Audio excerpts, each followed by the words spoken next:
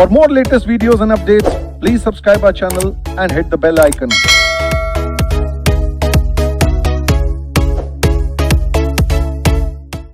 आइए, हम लोगों ने SBILL में setting up industrial and labour law में किस पोर्शन को पढ़ना शुरू किया था? Industrial and labour law. इसका वेटेज एग्जाम में कितना है?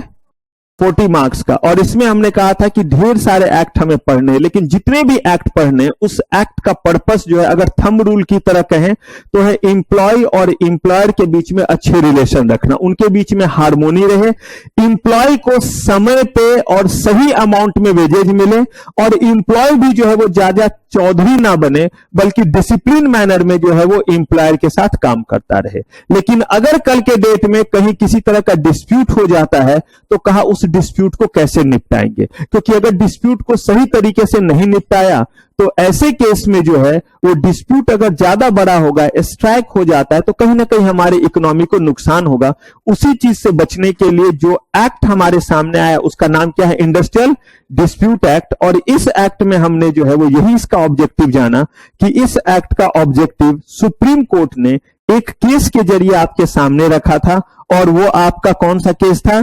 दीमाकुची टीए स्टेट का, जिसमें उन्होंने कहा था कि इस एक्ट का पर्पस है दोनों के बीच में हार्मोनी रखना, दोनों के बीच में किसी भी तरह का अगर जो मतभेद है तो उसको एमिकेबल तरीके से क्या करना? सेटल करना, किसी तरह के इलीगल स्ट्राइक पे नहीं जाना, और अगर उनका कंसर्न जेन्युइन है तो वो स्ट्राइक पे भी रहेंगे तो उनको पैसे मिलने चाहिए। इन सारे चीजों को करने के लिए उन्होंने ये एक्ट जो है वो बनाया। जब ये एक्ट बनाया तो उन्होंने कहा कि इस एक्ट का नाम ही रखा है इंडस्ट्रियल डिस्प्यूट एक्ट। तो इसमें उन्होंने कहा कि सबसे पहले इंडस्ट्रियल डिस्प्यूट का मतलब क्या है, तो कहा कि अगर कोई डिस्प्यूट एम्प्लॉयर के बीच में, एम्प्लॉयर वर्कमैन के बीच में, और वर्कमैन के बीच में है, और वो होना किस मुद्दे पे चाहिए? Employment, non employment, terms of employment, या condition of labour, condition in employment, अगर इन मुद्दों पे है, और कहा कि इसमें रियल जो है वो क्या होना चाहिए? डिस्प्यूट होना चाहिए, और डिस्प्यूट का जो वजह है वो उसमें क्या होना चाहिए? शामिल होना चाहिए। अगर है तभी वो क्या कहलाएगा? Industrial dispute. यानी कि इंडस्ट्रीज में अगर वर्कमैन के बीच में, एम्प्लॉयर के बीच में, वर्कमैन या एम्प्लॉयर के बीच में कोई डिस्प्यूट है, वो एम्प्लॉयमेंट, नॉन एम्प्लॉयमेंट या कंडीशन ऑफ एम्प्लॉयमेंट को लेकर के है, तो वो क्या कहलाएगा? इंडस्ट्रियल डिस्प्यूट कहा गया। इंडस्ट्री का क्या मतलब है?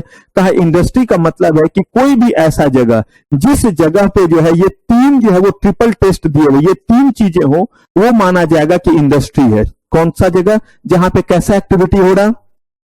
ये नहीं आज हुआ कल नहीं हुआ, सिस्टमेटिक एक्टिविटी हो रहा है, किनके किनके मदद से? एम्प्लॉय और वहां पे कोई ना कोई क्या बनाया जा रहा हो? ह्यूमन नीड के लिए जो जरूरी चीज है वो सामान बनाया जा रहा हो। और ये जो है वो ट्रिपल टेस्ट जो है वो किस केस में निकल करके आया? ये निकल के आया Bangalore water supply versus A Rajappa के केस में। ये बेसिकली निकल करके आया कि इस जगह को हम क्या बोलेंगे? इंडस्ट्री। अगर किसी भी जगह पे सिस्टमेटिक एक्टिविटी हो रहा हो, ये सिस्टमेटिक एक्टिविटी एम्प्लॉय और एम्प्लॉयर की मदद से हो रहा हो, और यहां पे जो है वो ह्यूमन नीड को फुलफिल करने के लिए कोई चीज बन रहा हो, लेकिन ये जगह पे अगर जो है वो एम्प्लॉय या एम्प्लॉयर के बीच में, एम्प्लॉयर के बीच में, या वर्कमैन के बीच में एम्प्लॉयमेंट, नॉन एम्प्लॉयमेंट या कंडीशन ऑफ एम्प्लॉयमेंट को लेकर के कोई डिस्प्यूट हो रहा हो, तभी वो क्या कहलाएगा? Industrial dispute. क्लियर सी बात है। इसी जगह पे अगर उन तीन लोगों के बीच में, उन चार में से किसी वजह से क्या हो रहा हो? डिस्प्यूट हो रहा हो, तो क्या कहलाएगा? Industrial dispute. कहा गया कि इंडिविजुअल डिस्प्यूट क्या हुआ? का इंडिविजुअल डिस्प्यूट रामदीन का जो है वो पंगा है किसके साथ? मैनेजमेंट के साथ, तो वो इंडिविजुअल डिस्प्यूट हुआ। लेकिन एक बंदे को भी अगर आप काम से निकाल रहे हैं डिसिप्लिनरी एक्शन या कोई और चीज लेकर के, तो वो इंडिविजुअल नहीं बल्कि क्या कहलाएगा? इसीलिए क्योंकि एक के निकलते ही जो है वो फिर वहां पे जो है वो डिस्प्यूट क्या हो जाएगा? रेज हो जाएगा। और ये इसीलिए कहा गया कि इसको हम इंडस्ट्रियल डिस्प्यूट के कैटेगरी में रखेंगे, ताकि हम इस चीज के गंभीरता को और सीरियसनेस को समझ सकें, और किसी भी पर्सन को हटाने से पहले जो है हम ये दिमाग में रख करके चले कि अगर मामला इंडस्ट्रियल डिस्प्यूट में चला जाता है तो कैसे उसको हम क्या करेंगे? सेटल। कभी कभी क्या होता है, हम चीज को सोचते नहीं है, पहले कर देते हैं, और ऐसा बहुतों बार आपसे हो जाता है कि पहले कर दिया, बाद में लगता है बेकार इसमें इस पचड़े में फंसे, इससे अच्छा इस पचड़े में फंसते ही नहीं। बिल्कुल यही चीज कह रहे हैं कि अगर आपने एक को भी निकाला तो दिमाग में लेकर के चलिए कि इसकी वजह से बाकी मजदूर भी जो है वो क्या हो सकते हैं, डिस्प्यूट रेज कर सकते हैं या स्ट्राइक वगैरह पे जा सकते हैं कि रामदीन को क्या करो, वापस लाओ। तो आप उसके लिए सही ग्राउंड सोच करके कीजिए। फिर हमने इसमें यहां पे देखा था कि वर्कमैन के दायरे में कौन कौन से जो है वो लोग आते हैं, और देखा था कि कौन से लोग जो है वो वर्कमैन के दायरे में यहां पे नहीं आते। यहां पे वर्कमैन के दायरे में सिर्फ वो लोग नहीं आते हैं जिनको हम इस एक्ट से ज्यादा अच्छा जो है वो फैसिलिटी दे रहे हैं। अगर उनके साथ कहीं कोई जाति हो जाए तो, या उनका काम इस नेचर का है कि अगर हमने उसको इस एक्ट के दायरे में रख दिया और करके डेट में इस एक्ट के तहत अगर वो लीगल स्ट्राइक पे चले जाते, इलीगल पे तो जाना किसी को अलाउ नहीं है, किस स्ट्राइक पे चले जाते हैं, लीगल ऑथराइज स्ट्राइक पे चले जाते, तो भी जो है वो चीजों को संभाल पाना क्या हो जाएगा, मुश्किल हो जाएगा। हमने यहाँ पे वेजेस का मतलब देखा था, और वेजेस का मतलब इसलिए देखा था क्योंकि आने वाले समय में अगर वो स्ट्राइक किए हैं या वो ले ऑफ में गए हैं या हमने उनको काम से हटाया है तो उनको certain percentage of wages provide करते हैं। तो वो जो परसेंटेज प्रोवाइड करेंगे इसके लिए हमें वेजेस तो पता हो कि कौन सा वेजेज, हम पैसे तो उन्हें बहुत देते हैं, हम तो बोनस का भी पैसा देते, ग्रेच्युटी का भी पैसा देते, प्रोविडेंट फंड का भी पैसा देते हैं, तो कौन कौन सा पैसा, तो उन्होंने इसमें यहां पे लिखा था कि जो भी पैसे आप उनको देते हैं, साथ में जो अलाउंसेस वगैरह देते हैं, जो ट्रेवलिंग अलाउंसेस देते हैं, जो उनको कोई फैसिलिटी दे रहे हैं, किस चीज का, इलेक्ट्रिसिटी का, रहने का, वो सब कुछ किस दायरे में आएगा, वेजेज। और उस वेजेज को आप इसमें क्या रखेंगे, शामिल रखेंगे। और यही वेजेज अगर उनका कितने से ज्यादा हो जाए, 10,000 से ज्यादा का, तो उनको इस वर्कमैन के दायरे में हम नहीं रखेंगे और उनके डिस्प्यूट के लिए अलग चीजों को देखेंगे।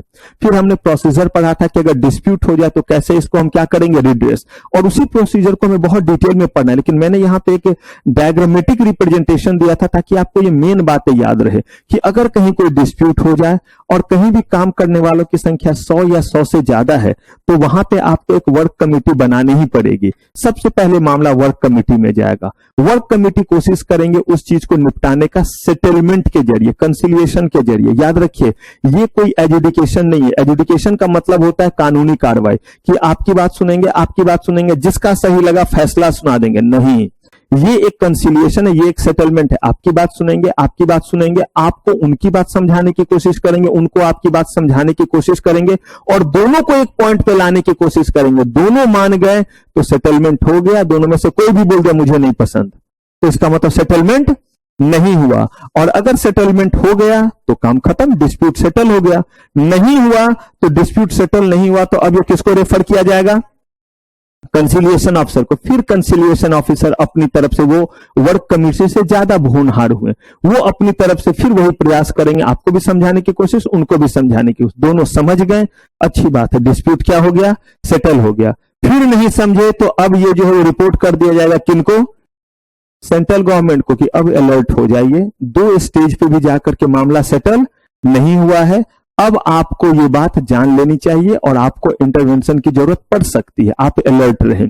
अब उसके बाद ये मामला कहां चला जाएगा, बोर्ड ऑफ कंसिलिएशन, जहां पे ग्रुप ऑफ कंसिलिएटर होंगे, बहुत सारे जो है वो कंसिलिएशन ऑफिसर होंगे, वो सब एक साथ आपको कन्विंस करने की कोशिश करेंगे। ठीक उसी तरह से जैसे पहले जो है वो दीदी ने समझाने की कोशिश की, दीदी की बात आप नहीं समझ, चल हट, समझ गए, बहुत हुआ। अब जो है वो बारी आई, जो है वो मम्मा के पास गए, मम्मा ने समझाने की कोशिश की, वहां भी नहीं समझे, तो मम्मी पापा दीदी एक साथ सब बैठे और तब सबने क्या किया, समझाने की कोशिश की। ये मत कहिएगा सर वहां ऐसे नहीं समझाया जाता है, लेकिन अभी लॉ में नहीं जा रहे हैं ना, क्योंकि अब कोर्ट का मामला आएगा। तो यहां पे जो है फिर कौन है, बोर्ड ऑफ कंसिलिएटर है, उन्होंने समझाया। अगर आप समझ गए तो फिर क्या हो गया, डिस्प्यूट सेटल। और अब अगर नहीं समझे तो फिर मामला चला गया कोर्ट में, और यहां पे लेबर कोर्ट, फिर कौन सा कोर्ट, इंडस्ट्रियल ट्रिब्यूनल, और फिर नेशनल ट्रिब्यूनल। अब कौन सा मामला किस कोर्ट में जाएगा, तो हायरार्की के बेसिस पे लेबर कोर्ट छोटा है, उससे बड़ा जो है वो कौन सा है, इंडस्ट्रियल ट्रिब्यूनल, और सबसे बड़ा कौन सा है, ये कोर्ट के तरह इनको सारे पावर दिए हुए हैं ताकि कोई मामला कोर्ट में ना आ जाए, अननेसेसरी सिविल कोर्ट का टाइम ना वेस्ट हो और जल्दी से जो है वो क्या हो जाए, फैसला हो जाए। यहां पे उन्होंने कहा कि कुछ ऐसे भी मामले हैं जो मामले डायरेक्ट आपके जो है वो नेशनल ट्रिब्यूनल में जा सकते, देखेंगे वो शेड्यूल 3 के मामले से लिखा हुआ है कौन कौन सा है। तो अब इन्हीं चीजों को हमने डिटेल में पढ़ना शुरू किया था, जिसमें हमने कहा था कि वर्क कमेटी कहां बनाना जरूरी है, जहां पे कितने लोग हो, कम से कम लेकिन अगर कहीं 50 लोग और हमने वर्क कमेटी बना दिया तो क्या कोई कॉन्ट्रावेंशन है? कहा नहीं, कोई कॉन्ट्रावेंशन नहीं है।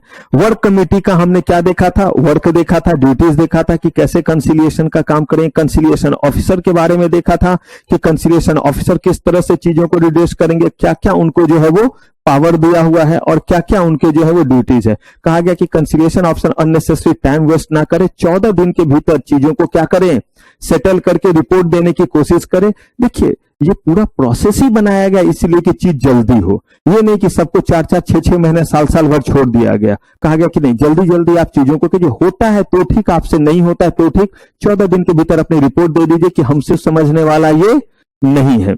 इसके बाद इन्होंने कहा कि अब अगर चीज नहीं निपटा तो कहां चला जाएगा? जहां पे समझाने का काम नहीं होगा वहां पे आप अपनी बात बोलिए, एविडेंस रखिए, आप अपनी बात बोलिए, एविडेंस रखिए, फैसला सुनाया जाएगा और कोई चॉइस आपके पास नहीं। उस फैसले को क्या करना पड़ेगा? आपको मानना पड़ेगा, जैसे कोर्ट के फैसले को मानते हैं।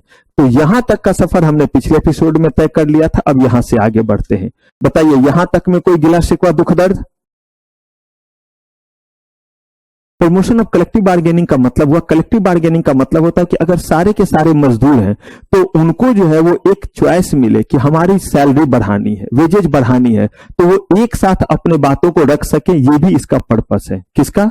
इंडस्ट्रियल डिस्प्यूट एक्ट जो बनाया गया कि अपने बातों को एक साथ वो रख सके, इसी को बोलते हैं कलेक्टिव बार्गेनिंग। बार्गेनिंग का मतलब निगोशिएशन करना, बहुत सारे लोगों की बात को आप आगे रख रहे हैं तो this is called what? Collective bargaining. वो आपके वर्क कंडीशन से रिलेटेड हो सकता है कि 9-10 घंटे काम नहीं करेंगे, इतने देर करेंगे, पैसे इतने नहीं, इतने चाहिए, इतने जल्दी जल्दी ट्रांसफर हमारा मत करो, कोई भी चीज हो सकता है।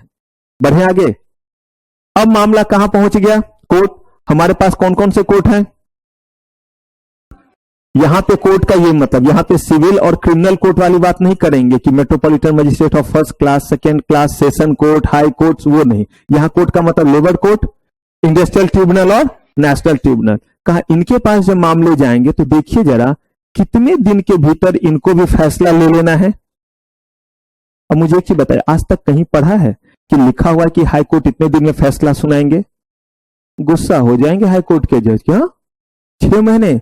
हमें 20-20 साल लगते हैं, हम तो ऐतिहासिक फैसला सुनाते हैं और नहीं आता है। आज एक ऐतिहासिक फैसले में 20 साल बाद, और कभी कभी जो फैसला सुना रहे थे तो जिसके लिए फैसला सुनाया गया वो नहीं रहे इस दुनिया में, वो जा चुके हैं, तब जाकर के क्या आया फैसला। तो ऐतिहासिक फैसला तो हो ही गया, 20-20 साल पुरानी बात को तो इतिहास कहते हैं, नहीं कहते हैं। तो यहां कह रहे कितने दिन के भीतर। और यही पर्पस है कि जब आप जो है सिक्योरिटीज लॉ भी पढ़ेंगे तो भी वहां देखेंगे सेबी, सिक्योरिटीज एपलेट ट्रिब्यूनल, अलग अलग तरह के क्वासी कोर्ट इसलिए बनाए गए। जब आप कंज्यूमर प्रोटेक्शन एक्ट पढ़िएगा तो वहां देखिएगा हम लोग वहां पे district commission, national commission, state commission बनाए हुए, ताकि तारीख पे तारीख, तारीख पे तारीख और इंसान न बन जाए तारीख। तो कितने दिन के भीतर? 6 महीने का इनको समय दिया और क्या बोला कि विद इन 6 मंथ्स आप चीजों को जो आपको रेफर किया गया रिपोर्ट बना करके किसको दीजिए? एप्रोप्रिएट गवर्नमेंट को। मुझे एक चीज बताइए, रिपोर्ट कब बनाइएगा? जब चीजों को निपटाइएगा तभी ना। इसका मतलब कितने दिन में निपटाने के लिए बोला गया? 6 महीने में निपटाने के लिए बोला गया। एवरी रिपोर्ट, जो भी रिपोर्ट जो इन्होंने दिया है वो रिपोर्ट एप्रोप्रिएट गवर्नमेंट इसको क्या करे? पब्लिश करे। भाई पब्लिश करेंगे तभी तो दुनिया को पता चलेगा कि किस मैटर पे क्या फैसला आया। तो 6 महीने का टाइम इनको दिया गया चीज को रिड्रेस करने के लिए, और जब उन्होंने रिड्रेस करके रिपोर्ट बना दिया तो एप्रोप्रिएट गवर्नमेंट का काम है कि इसको क्या करे? ऑफिशियल जनरल में पब्लिश करे कि इस मामले में ये कहना था इस कोर्ट का। The award so publish shall be final and shall not be called in question in. अब ये किसी सिविल कोर्ट में इसको चैलेंज इन जनरल नहीं किया जा सकता, क्योंकि यहां पे ऑलरेडी हमने जो है वो उनके हायरार्की के बेसिस पे labour court, national state industrial tribunal और नेशनल ट्रिब्यूनल ऑलरेडी बना लिया है। तो अब इसको फिर लेकर के कहीं और मत चले जाइए, क्योंकि कहीं ना कहीं there should be end of justice, कहीं ना कहीं तो खत्म होना चाहिए, वरना लोग अपील में ही रह जाएंगे। कहा कि लेबर कोर्ट के क्या क्या पावर है।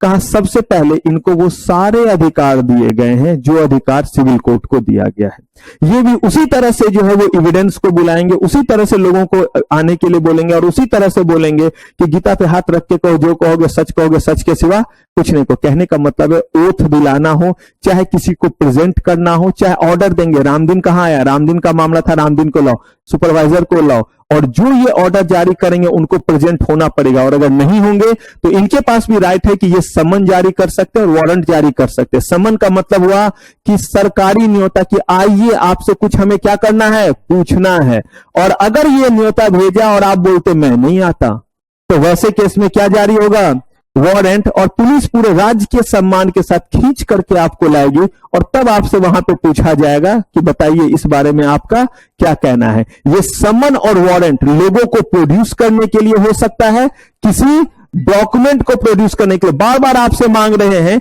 कि इनका अटेंडेंस का रिकॉर्ड दीजिए, और अटेंडेंस का रिकॉर्ड नहीं आ रहा है। कहां नहीं आ रहा था, कंसिलिएशन ऑफिसर के पास। वो बार बार बोल रहे जरा वो रिकॉर्ड तो दीजिए, तो देखिए उनका तरीका, जरा वो रिकॉर्ड तो दीजिए। तो कहते हैं ना कि जब आप जो है वो मांगते हैं तो चीजें नहीं मिलती है, तो उनसे जो है वो मांगा तो नहीं मिला, नहीं, ऑर्डर पे छीनने की जरूरत नहीं है, गुंडागर्दी की जरूरत नहीं है। तो क्या करना है यहां पे, ऑर्डर दीजिए। लेकिन ऑर्डर देने का राइट था कंसिलेशन ऑफिसर, उनको उतने सीरियसली नहीं ले रहे थे। लेकिन यहां पे अगर नहीं देंगे तो पहले समन भेजेंगे। समन का मतलब ये डॉक्यूमेंट हमें दो, और नहीं तो फिर वारंट। पुलिस जाएगी, वो चीज को जो है वो ढूंढ करके अपने कब्जे में लेगी और सारा चीज लेकर के आएगी। तो ये सारा पावर किनके पास, अगर मैं बात कहता हूं ये पावर लेबर कोर्ट के पास है, तो क्या ये पावर इंडस्ट्रियल ट्रिब्यूनल में नहीं है, क्या ये नेशनल ट्रिब्यूनल में नहीं है, बिल्कुल है।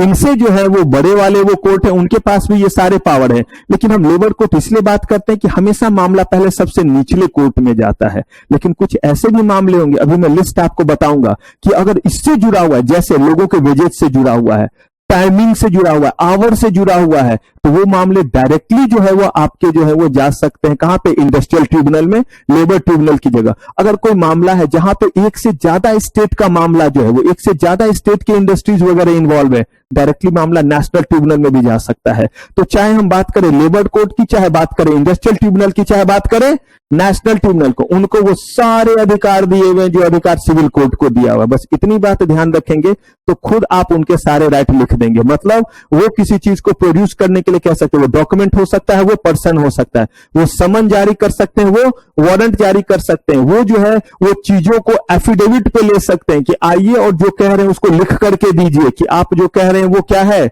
सही है।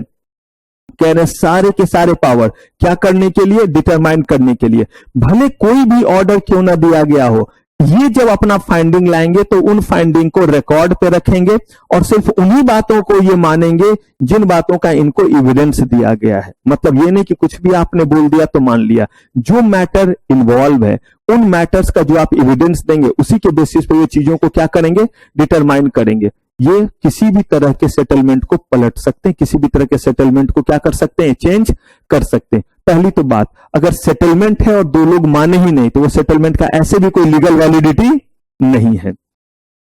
अब अगर मान लीजिए कि रेफरेंस इन जगहों पे दिया जाए तो कहा गया कि किस समय में कौन सा, कहा कि बोर्ड ऑफ कंसिलिएशन को किस चीज के लिए देंगे, सेटलमेंट के लिए।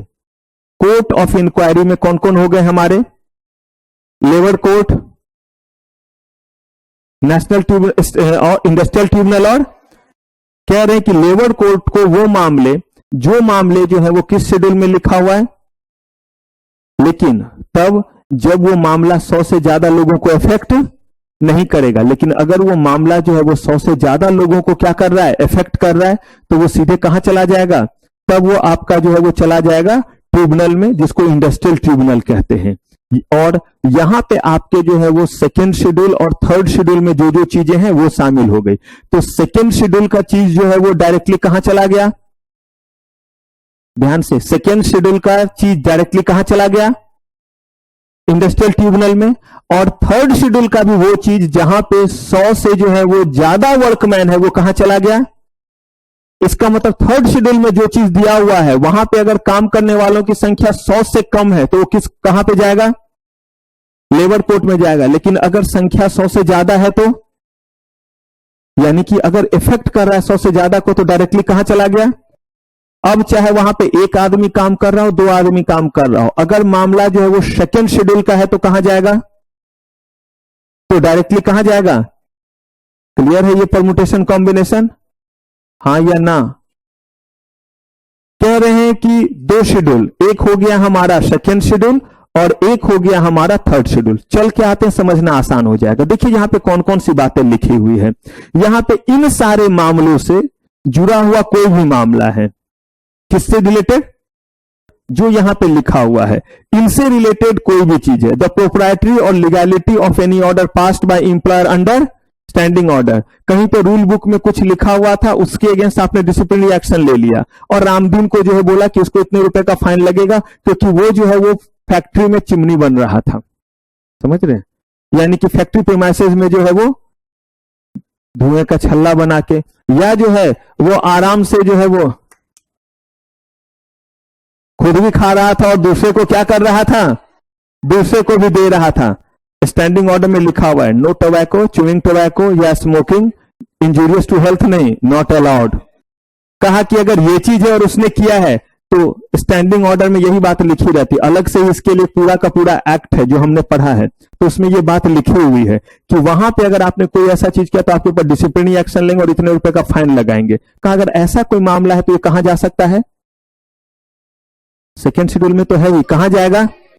इससे रिलेटेड कोई डिस्प्यूट है तो कहां जाएगा? ये आप जो है वो लेकर के जाइए किस जगह? लेबर कोर्ट में। यहां पे देखिए क्या लिखा हुआ है। हाँ इसीलिए क्या ये किस शेड्यूल में जाएगा? थर्ड शेड्यूल का मामला। डायरेक्टली किस शेड्यूल का मामला हम पढ़ रहे हैं अभी? अगर सेकेंड शेड्यूल का है तो कहां जाएगा? अगर ये सेकेंड शेड्यूल का रहा तो ये हमने बोला कि matter with the jurisdiction of labour court. अच्छा वहां पे जो है वो देख करके थोड़ा सा कंफ्यूजन आ रहा है। अगर कोई भी मामला जो है वो किस शेड्यूल का रहा? सेकेंड शेड्यूल का रहा तो वो कहां जा सकता है? लेबर कोर्ट में जा सकता है। और अगर वहां पे 100 या 100 से ज्यादा आदमी का जो है वो क्या रहा? इन्वॉल्वमेंट रहा, तो डायरेक्टली वो कहां चला जाएगा? वो चला जाएगा इंडस्ट्रियल ट्रिब्यूनल में जो है वो चला जाएगा। और कहीं गड़बड़ हो गया थोड़ा ठीक कर लीजिएगा। ठीक है, तो लेबर कोर्ट में जो मामला जा सकता है वो किस शेड्यूल के अकॉर्डिंग है? ठीक करेंगे किसमें? सेकेंड शेड्यूल का मामला कहां जा सकता है? लेबर कोर्ट में। लेकिन अगर जो है वो कितने लोगों का राइट अफेक्टेड हो रहा है तो वो कहां चला जा सकता है? तो वो डायरेक्टली चला जाएगा किसमें? इंडस्ट्रियल ट्रिब्यूनल में। और देखिए एप्लीकेशन एंड आते हैं, पहले पिछले स्लाइड को भूल जाते हैं। ठीक है, ये जो भी मामले भूल जाइए कि इससे पहले कोई स्लाइड था। पहले हम इस तरीके से चलते हैं। मामला कौन सा है? कोई भी डिसिप्लिनरी एक्शन वगैरह लेना है जो कि लिखा हुआ था कि ऐसा ऐसा काम आप प्रीमाइसेस में नहीं करेंगे। ऐसा कोई भी अगर मैटर है तो वो मैटर जो है हमारा लिखा हुआ है किसमें है? सेकेंड शेड्यूल में है। और ये मैटर कहां जाएगा? बस अभी इतना ही जानिए, लेबर कोर्ट में जाएगा।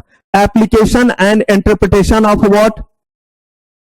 समझने में दिक्कत हो रही है कि रूल बुक में क्या लिखा हुआ है। जैसे कभी कभी होता है लॉ में भी कि इस चीज का क्या मतलब है, क्लियर नहीं हो पा रहा है। अगर इससे कहीं कोई इशू आ गया कि रामदीन कह रहा है नहीं इसका मतलब तो ये हुआ, और इधर मैनेजिंग डायरेक्टर कह रहा है नहीं इसका मतलब तो ये हुआ, अगर इंटरप्रिटेशन में ही दिक्कत आ गई तो बोला गया कि ये मामला जो है वो कहां जाएगा? लेबर कोर्ट में जाएगा। डिस्चार्ज और डिसमिसल ऑफ वर्कमैन इंक्लूडिंग रीइंस्टेटमेंट और grant of relief workman wrongly what? Dismiss. अगर गलत तरीके से उसका क्या कर दिया गया है? डिसमिसल कर दिया गया है, तो मामला कहां पे आ गया?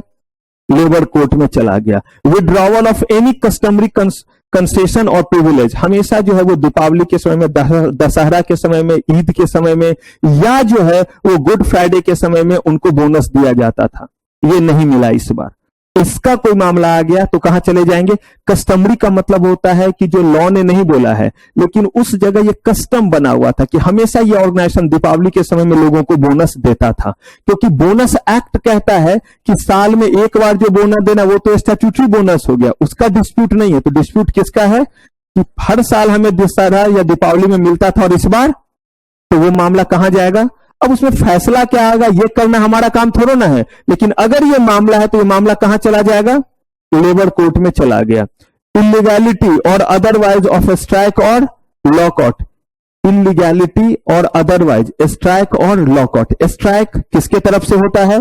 मजदूर के तरफ से। लॉकआउट जो होता है वो होता है एम्प्लॉयर के तरफ से। आज ही बहुत डिटेल में बताऊंगा स्ट्राइक और लॉकआउट के बारे में। क्योंकि यहां पे जिक्र आ गया तो बस इतना जानिए कि अगर स्ट्राइक लीगल है या इलीगल है, इससे रिलेटेड मामला है, या लॉकआउट जो है वो लीगल है या इलीगल है। यानी कि स्ट्राइक जो मजदूर ने किया ये जायज है या नहीं, क्योंकि जायज होगा तो उनको जो है वो सैलरी वगैरह सब मिलेगा। ठीक वैसे ही लॉकआउट जो है वो लीगल है या इलीगल। आप कहेंगे सर कब ये लीगल और कब इलीगल होता है, वो पढ़ना है आपको, पढ़ाऊंगा इसके बाद कि स्ट्राइक कब लीगल कब इलीगल। लेकिन स्ट्राइक और लॉकआउट से रिलेटेड कोई भी मुद्दा है तो वो कहां आ जाएगा, लेबर कोर्ट में आ जाएगा। All other matters those specified other all matter other than those specified in, कोई भी और चीज जो थर्ड शेड्यूल में स्पेसिफाइड नहीं है वो कहां आ जाएगा, वो लेबर कोर्ट में आ जाएगा। अब देखिए, अब ऑल मैटर्स जो थर्ड शेड्यूल में जो है जो नहीं मेंशन है और यहां भी मेंशन नहीं है तो वो कहां आ जाएगा, वो हमेशा लेबर कोर्ट में आ जाएगा। समझिए कि वो इसका मतलब है कि किस जगह दिया हुआ है, सेकेंड शेड्यूल में। तो इसका मतलब थर्ड शेड्यूल में कुछ लिस्ट दिया हुआ है। बच्चे इधर मुंह करेंगे तब नहीं समझ में आएगा तो मुंह उधर क्यों घुमा लेते, इधर सुनते रहिए लगातार, तब समझ में आएगा जो कह रहे हैं। लगातार मुझे सुनने की कोशिश कीजिए, उनके चेहरे से कुछ नहीं निकलेगा। अगर मान लीजिए कि कोई भी मामला है, जो मामला जो है वो थर्ड शेड्यूल में नहीं लिखा हुआ है, देखिए कुछ मामले यहां लिखे हुए हैं, एकदम आराम से चलिए सब जगह, और कुछ मामले यहां लिखे हुए हैं। ये लिस्ट ही तो लिखा हुआ है, जो चीज यहां नहीं लिखा हुआ है कहा गया वो कहां जाएगा, तो कहा कि जरा देख लो ना कि वो सेकेंड शेड्यूल में है या नहीं, सेकेंड शेड्यूल में भी वो नहीं मिला पॉसिबल। तो इसका मतलब हम मान लेंगे कि वो कहां लिखा हुआ है, वो सेकेंड शेड्यूल में लिखा, लेकिन वो मामला इसका मतलब कहां आ जाएगा, इसका मतलब वो लेबर कोर्ट में ही जाएगा। जो मामले यहां लिखे हुए वो कहां डायरेक्टली जाएगा, वो डायरेक्टली आपका इंडस्ट्रियल ट्रिब्यूनल में जाएगा। नेशनल ट्रिब्यूनल में कुछ ही मामले जाते हैं, अदरवाइज मामला अपील में जाता है। किस में जाता है, अपील में जाता है। जब आपको इंडस्ट्रियल ट्रिब्यूनल के सुनाए गए फैसले पसंद नहीं आते हैं तो अपील में कहां आएंगे, अगर लेबर कोर्ट का फैसला पसंद नहीं है तो कहां जाएंगे, तब इंडस्ट्रियल ट्रिब्यूनल। तो अपील वाला बात तो यहां नहीं दिया रहेगा, यहां पे तो ओरिजिनल जुरिडिक्शन दिया हुआ है कि ये मामले डायरेक्टली कहां पहुंचेंगे, थर्ड शेड्यूल वाला।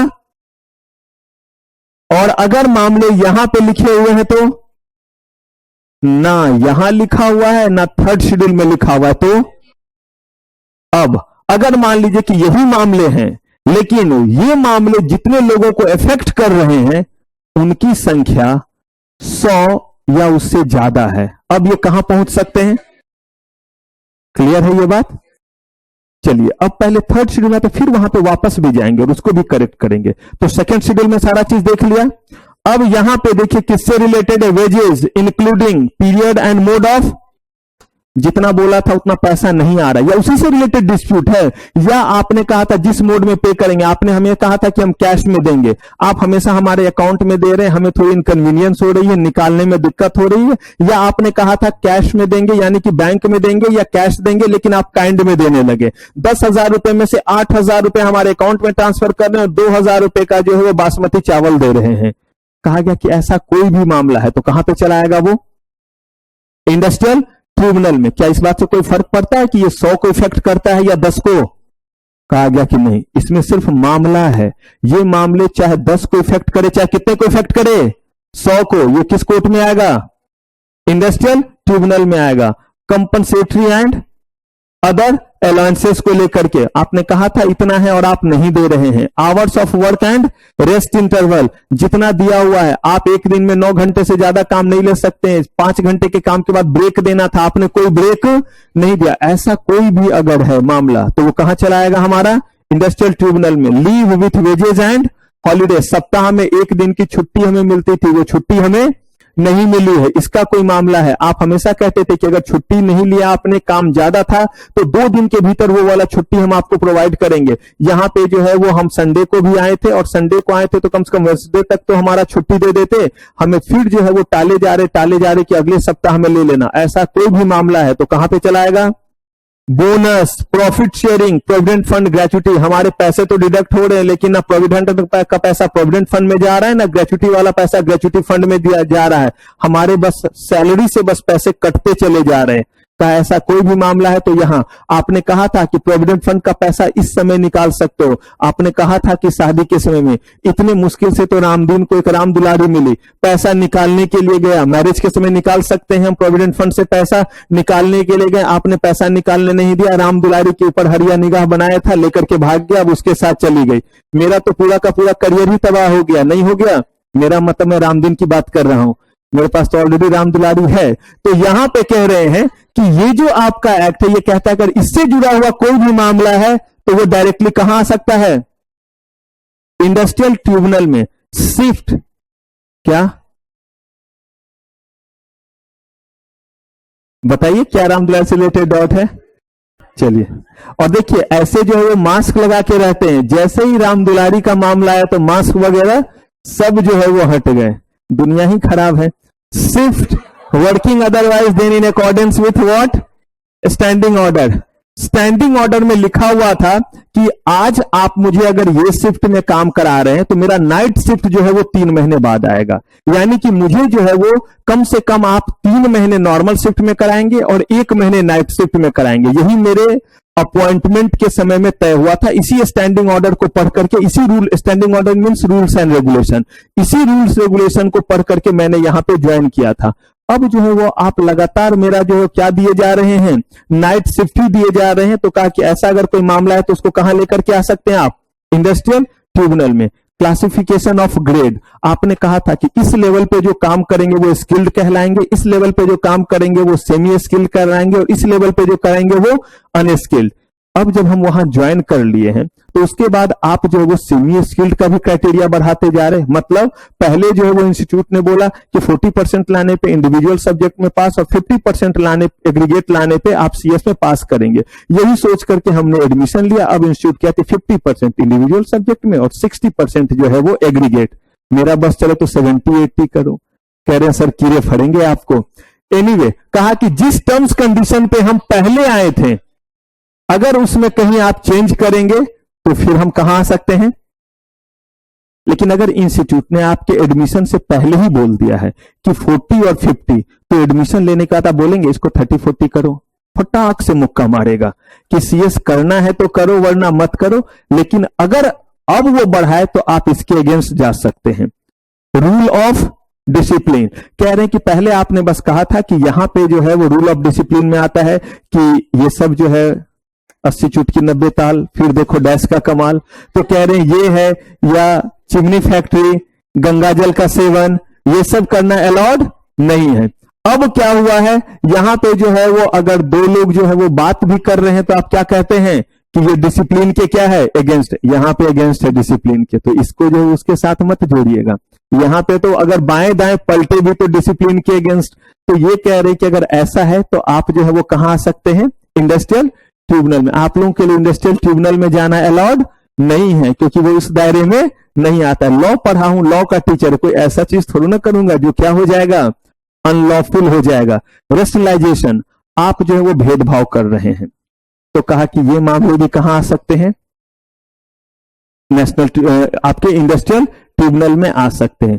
रिट्रेंचमेंट ऑफ वर्कमैन, आगे पढ़ाने वाला हूं। रिट्रेंचमेंट का मतलब क्या होता है अभी बस जान लीजिए कि हमारे पास कुछ सरप्लस मजदूर हो गए थे, हमारे पास उतने काम नहीं थे तो हम कुछ मजदूरों को हटा रहे हैं। जैसे गूगल ने हटाया, फेसबुक ने हटाया, वो सब रिट्रेंचमेंट ही कहलाता है। तो अगर आप रिट्रेंचमेंट कर रहे हैं या इस्टेब्लिशमेंट को क्लोज कर रहे हैं, क्लोज करने की जो भी वजह हो, अगर इसको लेकर के कोई इशू आया कि आपका जो है वो इस्टेब्लिशमेंट क्लोज हो गया, अब हमारा खाना पीना कैसे चलेगा, तो ऐसे केस में आप आइए, बात सुना जाएगा। क्या फैसला लेंगे वो कौन लेंगे? इंडस्ट्रियल ट्रिब्यूनल, और वो तो सिचुएशन के बेसिस पे लेंगे। लेकिन आप इन मामलों को लेकर के वहां पे आ सकते हैं। एनी अदर मैटर एज में भी, ऐसा इसीलिए किया गया ताकि ये लिस्ट को हम इंक्लूसिव बना सके, कल के डेट में इसमें और भी किसी चीज को शामिल कर सके। अगर ये नहीं लिखा रहता तो ऐसे केस में हम इसमें कुछ भी और शामिल करने के लिए हमें एक्ट में जाकर के अमेंडमेंट करना पड़ता। लेकिन अब इस लिस्ट में किसी चीज को शामिल करने के लिए एक्ट में अमेंडमेंट करने की जरूरत नहीं है, क्योंकि ये एक्ट नहीं हमें अधिकार दिया है कि हम चाहें तो इस लिस्ट में सीजी किसी और भी चीज को शामिल कर सकता है। तो देखिए, इस लिस्ट में जो भी चीजें हैं उससे रिलेटेड कोई डिस्प्यूट है तो कहां जाएगा? डिस्प्यूट मतलब कौन सा डिस्प्यूट? और इंडस्ट्रियल डिस्प्यूट का मतलब है कि वो जगह जहां पे सिस्टमेटिक काम हो रहा हो, इंप्लॉय और इंप्लॉयर के सहयोग से हो रहा है, और कुछ ऐसा चीज बन रहा हो जो ह्यूमन सिविलाइजेशन के लिए यूजफुल है, और वहां पे जो है इंप्लॉयर इंप्लॉयर के बीच में, वर्कमैन वर्कमैन के बीच में, या इंप्लॉयर वर्कमैन के बीच में इंप्लॉयमेंट, नॉन इंप्लॉयमेंट या टर्म्स ऑफ इंप्लॉयमेंट को लेकर के कोई जो है वो पचड़ा हो गया, तो कहां जा सकते हैं? सेम चीज अगर इससे रिलेटेड हुआ तो ना इसमें लिखा हुआ है ना इसमें साफ तौर पे लिखा हुआ है, और कोई हाइब्रिड डिस्प्यूट हो गया किसी चीज से, अभी आप एन नंबर ऑफ डिस्प्यूट यहां पे ढूंढिएगा तो निकल जाएगा। सर अगर ऐसा हो गया तो ऐसा होगा, वो ऐसा हो गया तो कहां चले जाएंगे? काम कर रहे थे, रामदीन ने जो है वो हरिया को धक्का दे दिया, एक टीम रामदीन का एक टीम हरिया का भिड़ गए आपस में, खून खराबा कर दिया। अब कहा कि ऐसा कोई मामला हो गया तो नहीं दिख रहा है उधर, तो कहां जा सकते हैं?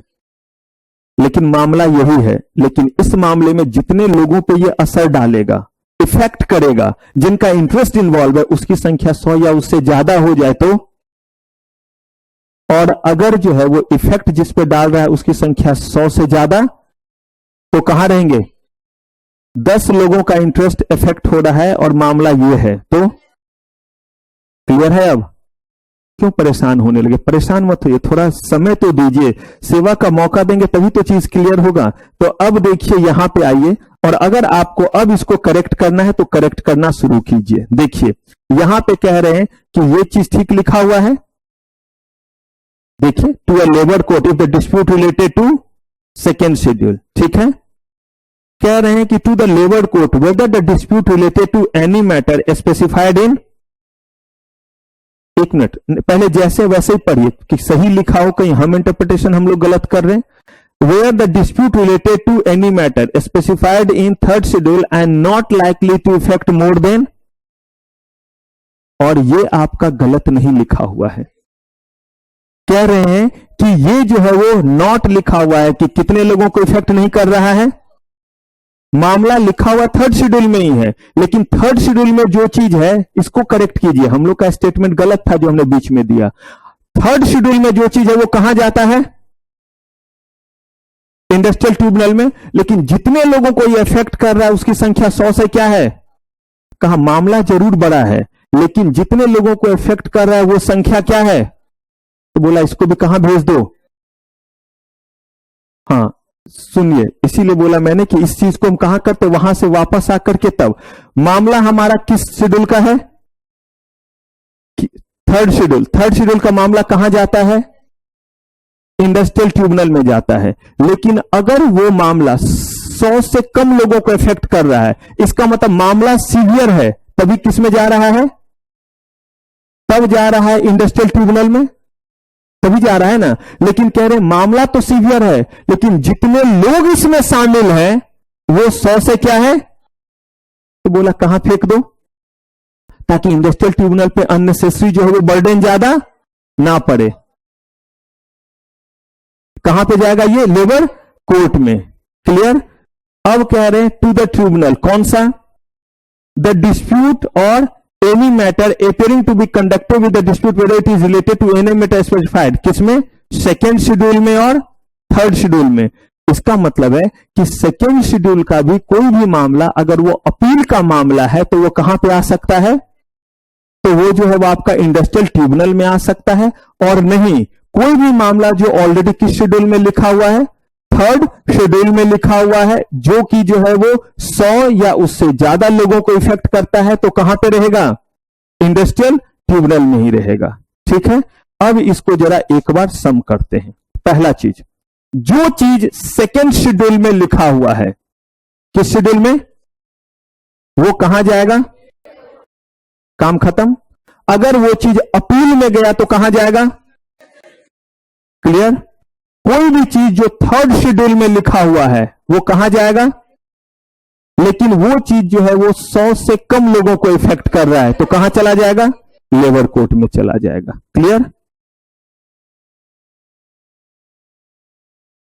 कहां पे?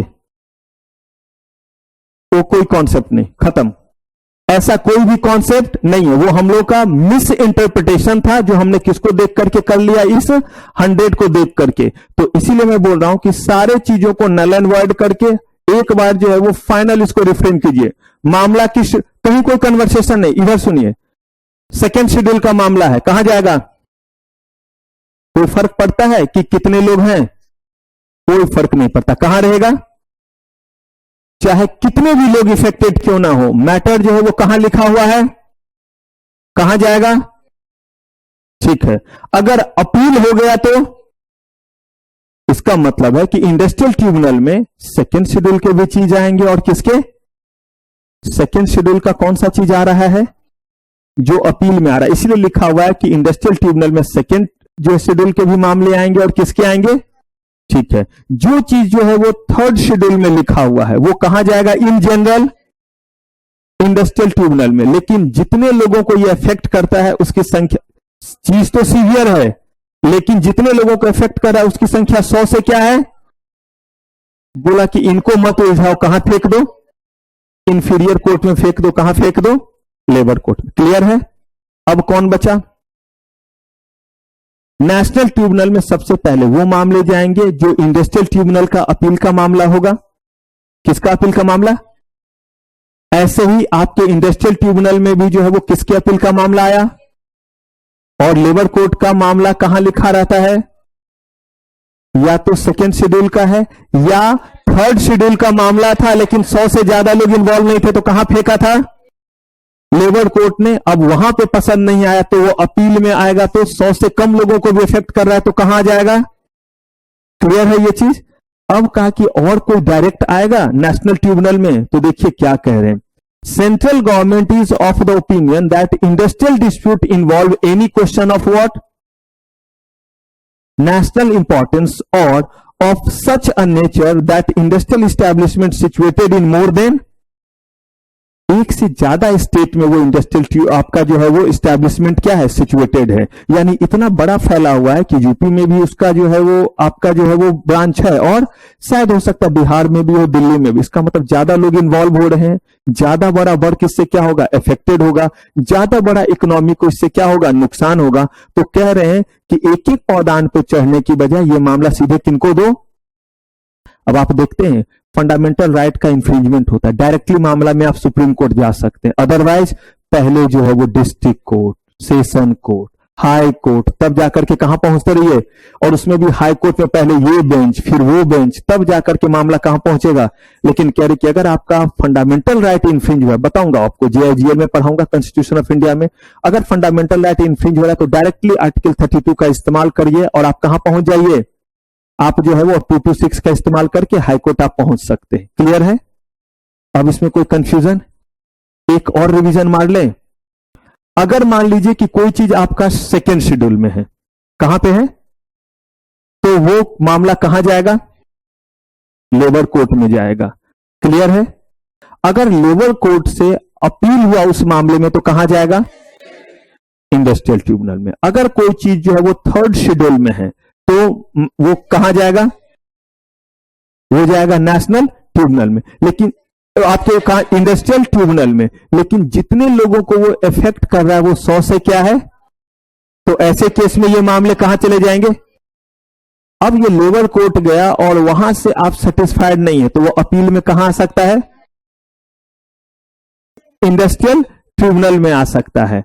अगर कोई चीज नेशनल इंपॉर्टेंस का है या वहां पे जो है वो एक से ज्यादा जो है वो स्टेट का मामला इन्वॉल्व है तो डायरेक्टली, या कोई भी मामला जो कि आपके थर्ड शेड्यूल का था और जो 100 या उससे ज्यादा लोगों को इफेक्ट कर रहा था वो कहां था? और वहां पे अगर आपको इनसे कोई गिला शिकवा है तो ये मामले कहां आ सकते हैं? क्लियर है? चलिए अब तो बढ़ जाते हैं। कह रहे हैं कि इस दौरान जहां पे मामला या तो लेबर कोर्ट में है या कहां पे है? इंडस्ट्रियल ट्रिब्यूनल में है, और या कहां पे है? और एक चीज और याद रखिए बच्चे, पढ़ते वक्त कहीं भी कोई भी चीज का कंफ्यूजन, चाहे मेरे में हो चाहे कहीं में, चीजों को वैसे करके मत चलिए जो आपका मन कह रहा है, वैसे करके चलिए जो लॉ में क्या किया हुआ है, लिखा हुआ है। भले उसके लिए आपको 5 बार अपने आप को रेक्टिफाई क्यों ना करना पड़े, लेकिन सिर्फ ये नहीं कि मैंने कुछ बोल दिया तो अब मैं उसी चीज पे रहूंगा, ये कहीं का रूल नहीं। आपने एक बार नहीं 50 बार बोल दिया हो, लेकिन द मोमेंट यू रियलाइज कि जो आपने बोला है वो उस तरीके से नहीं है, तो हमें क्या करना पड़ेगा, अपने आप को रेक्टिफाई करना पड़ेगा, क्योंकि हम गलत चीज को लेकर के कभी भी चल ही नहीं सकते। उसको फिर से रेक्टिफाई कीजिए और उसको लेकर के अपना कॉन्सेप्ट क्या कर लीजिए, फिट कर लीजिए और तब आगे बढ़िए। ये नहीं कि एक बार जुबान फैसला बोल दिया कि वो ये है, हाँ चलो चलो ठीक है, इसी में जयकारा लगा दिया, बिल्कुल ही नहीं। जब तक जाकर के आप वो नहीं समझते हैं जो क्या किया हुआ लिखा हुआ है, तब तक ना उस चीज को याद रखें और ना ही किसी और को जो है वो क्या करें, एक्सप्रेस कर। नॉर्मली होता है, एक नॉर्मल टेंडेंसी ह्यूमन बीइंग का होता है कि चलो समझ गए ऐसा ही है, अब वैसा ही आगे क्या कर दिया, समझा दिया, उससे फर्क नहीं पड़ा। एग्जाम में जब लिखेंगे तो गड़बड़ी होगा, या कहीं और बोलेंगे तो वो क्या माना जाएगा, गड़बड़। तो मामला चाहे लेबर कोर्ट में हो, चाहे मामला जो है वो आपका इंडस्ट्रियल ट्रिब्यूनल में हो, चाहे कहां पे हो, अगर एम्प्लॉय और एम्प्लॉयर सहमत है तो ये मामला उस बीच में भी आर्बिट्रेशन को जा सकता है। इसका मतलब है कि मामला लेबर कोर्ट में था, वो एविडेंस वगैरह मंगा रहे थे, अब दोनों को लगा यार ये तो वारंट समन ऐसे करके बात कर रहे हैं, क्योंकि अभी तक तो आप सेटलमेंट में जो है वो मजे ले रहे थे, वो बोल रहे थे प्लीज ये चीज दीजिए, और आप प्लीज के मतलब समझ ही रहे हैं, प्लीज प्लीज करा रहे थे। अब आपको लगने लगा रहे हो तो जिस दिन बोले जाना पड़ेगा, मैनेजमेंट को भी लग रहा है यार उस दिन तो कुछ और बिजनेस मीटिंग थी, लेकिन आया हुआ ऑर्डर है, नहीं जाएंगे तो कंटेम्प्ट ऑफ कोर्ट लगा देंगे, क्योंकि इनको कोर्ट के सारे पावर दिए हुए हैं। 2-3 बार ऐसे होगा तो अरेस्ट वारंट तक निकाल देंगे कि उन्हें पकड़ के लाया जाए। और एम्प्लॉय भी सोचता है कि बड़ी परेशानी हो रही, कहता है हम तैयार हुए आर्बिट्रेशन में। आर्बिट्रेशन कुछ नहीं पढ़ाऊंगा, पूरा का पूरा एक्ट आपको पढ़ना है, arbitration conciliation and mediation act.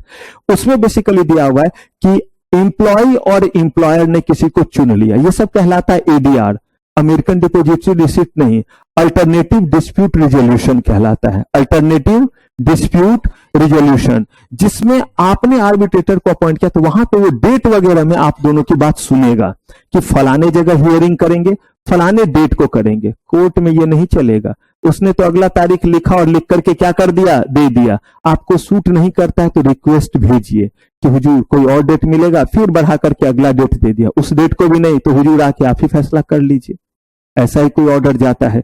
तो यहां पे कह रहे कि आर्बिट्रेशन में रेफर किया जा सकता है, और आर्बिट्रेशन में रेफर करने का मतलब होता है कि आर्बिट्रेटर उस समय जो फैसला सुना देगा वो आप लोगों को क्या करना पड़ेगा, मानना पड़ेगा। यानी अगर मामला आप नहीं ले जाना चाहते थे कोर्ट तो भी आप आर्बिट्रेटर के पास कर सकते थे। ये एक एक्स्ट्रा प्रोविजन बता रहे कि although the thing is already in the court, उसके बावजूद भी आप चाहे तो इसको कहां भेज सकते हैं, आर्बिट्रेशन में भेज सकते हैं, और यही यहां पे लिखा हुआ है। और चाहे वो मामला लेबर कोर्ट में हो, चाहे कहां पे हो, इंडस्ट्रियल ट्रिब्यूनल में, चाहे नेशनल ट्रिब्यूनल, बशर्ते किसकी सहमति होनी चाहिए,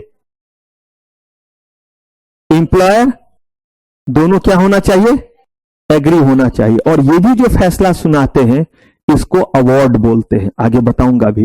लेकिन अभी तक जो फैसला हो, अभी तक जो चीज हो रहा था उसको क्या बोलते हैं, सेटलमेंट। चाहे वर्क कमेटी हो, चाहे कंसिलिएशन ऑफिसर हो, चाहे बोर्ड ऑफ कंसिलिएशन, इन्होंने जो सुनाया उसको बोलते हैं सेटलमेंट।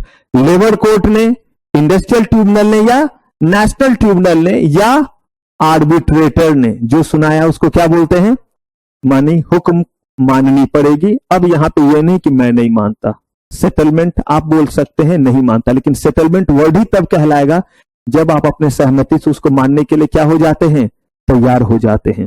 तो यही चीज यहां लिखा हुआ है कि अगर इनके द्वारा फैसला आया, किनके किनके द्वारा, labour court, industrial tribunal, national tribunal, और कौन, आर्बिट्रेटर, तो ये क्या कहलाया, अवार्ड। कहा गया कि ये जब भी दिया जाएगा राइटिंग में होगा, इस पे साइन होगा, किसका साइन होगा, लेबर कोर्ट ने दिया तो लेबर कोर्ट का, इंडस्ट्रियल ट्रिब्यूनल ने दिया तो इंडस्ट्रियल ट्रिब्यूनल, और नेशनल ट्रिब्यूनल ने दिया तो नेशनल ट्रिब्यूनल का। उन सब का क्या होगा, सिग्नेचर होगा, रिटन में लिखा हुआ रहेगा। एक कॉपी एम्प्लॉय को, एक कॉपी एम्प्लॉयर को, और एक कॉपी अप्रोप्रिएट अथॉरिटी को भी जाएगा, यानी कि गवर्नमेंट को भी जाएगा।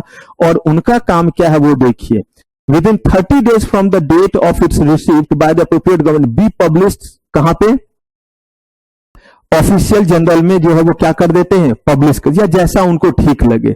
इसका मतलब है कि जो भी अवार्ड आया वो अप्रोप्रिएट गवर्नमेंट के भी पास गया और अप्रोप्रिएट गवर्नमेंट उसको 30 दिन के भीतर क्या कर देगी, पब्लिश कर देगी। लेबर कोर्ट के पास समय कितना है चीजों को खत्म करने के लिए? नेशनल ट्रिब्यूनल के पास कितना समय है? नेशनल ट्रिब्यूनल के पास और आपके इंडस्ट्रियल ट्रिब्यूनल सबके पास कितना है? इनके पास 6 मंथ्स का ही टाइम दिया। जब से इनके पास मामले आया इनको 6 महीने के भीतर निपटा देना है। निपटाने के बाद जो है वो एम्प्लॉय और एम्प्लॉयर को तो बताना ही है, साथ ही साथ अप्रोप्रिएट गवर्नमेंट को भी बताना है। अप्रोप्रिएट गवर्नमेंट उसको सुनने के बाद चुपचाप लेकर के रख नहीं देगी, बल्कि इस चीज को क्या कर देगी, पब्लिश कर देगी, क्योंकि जो पर्सन एम्प्लॉय और एम्प्लॉयर के अलावा है उनको भी पता चले कि इस तरह के मामले में इस तरह का फैसला आया है, ताकि वो भी अपने राइट को अगर एक्सरसाइज करना चाहे कोई और तो क्या कर सके, एक्सरसाइज कर सके। The award published shall be final, और देखिए क्या लिखा हुआ है, शैल not B question by any. इसका मतलब इस कोर्ट से, यानी कि नेशनल ट्रिब्यूनल तक से जो बात निकल गया उसके बाद कोई सिविल कोर्ट में लेकर के आप इसको, भाई अब कितने जगह लेकर के जाइएगा, क्योंकि जो हमारे नेशनल ट्रिब्यूनल होते हैं वो सुप्रीम कोर्ट की तरह है। जो आपके इंडस्ट्रियल ट्रिब्यूनल है उसमें हाई कोर्ट के जज जैसे लोग बैठ रहे हैं। तो कहा गया जब सब हमने आपके लिए अलग से बना ही दिया है तो फिर इसको लेकर के कहीं और नहीं जा सकते। क्लियर है? हाँ जी। प्रिजाइडिंग ऑफिसर का मतलब बॉस हुआ। जैसे हम लोग वहां जज कहते हैं ना, वैसे यहां पे कौन हुआ, जैसे chief justice of India supreme court के जज को कहते हैं, हेड जज को कहते हैं, वैसे ही जो है वो chief justice of high court. वैसे ही यहां पे जो है जजों की तो टीम होगी, तो जो मेन पर्सन हुए, जो हाईएस्ट ऑथोरिटी हुआ, उनका नाम यहां क्या रखा है, कहीं पे नाम प्रिजाइडिंग ऑफिसर रखेगा, कहीं पे नाम प्रेसिडेंट रखेगा। ये दोनों वर्ड याद रखिएगा, अलग अलग, क्योंकि ये कोर्ट नहीं है बल्कि क्या है, क्वासी कोर्ट है ना, तो इसीलिए यहां पे जो है वो वर्ड यूज नहीं करते हैं, चीफ जज या फिर जो है वो जज वर्ड यूज नहीं करके क्या बोल देते हैं, मेंबर बोलते हैं, और जो हेड होता है उनको कहीं पे प्रिजाइडिंग ऑफिसर बोल देते हैं, कहीं पे उसको जो है वो प्रेसिडेंट बोल देते हैं। सेटलमेंट, सेटलमेंट का मतलब है कि किसने सुन किया है, कहां तक ने, बोर्ड ऑफ कंसिलिएशन तक में जो निकल के आया वो क्या हुआ। लेकिन याद रखिए सेटलमेंट पे, अवार्ड पे जो है वो आपके एम्प्लॉय और एम्प्लॉयर का सिग्नेचर नहीं होता है, किनका होता है, जिसने फैसला सुनाया, आर्बिट्रेटर ने सुनाया तो आर्बिट्रेटर का, लेबर कोर्ट ने सुनाया तो लेबर कोर्ट के प्रिजाइडिंग ऑफिसर का, और नहीं तो नेशनल ट्रिब्यूनल के, और नहीं तो इंडस्ट्रियल ट्रिब्यूनल। लेकिन सेटलमेंट पे बोल रहे जिन्होंने सुनाया उनका तो होगा ही, साथ ही साथ जो है वो किनका होगा,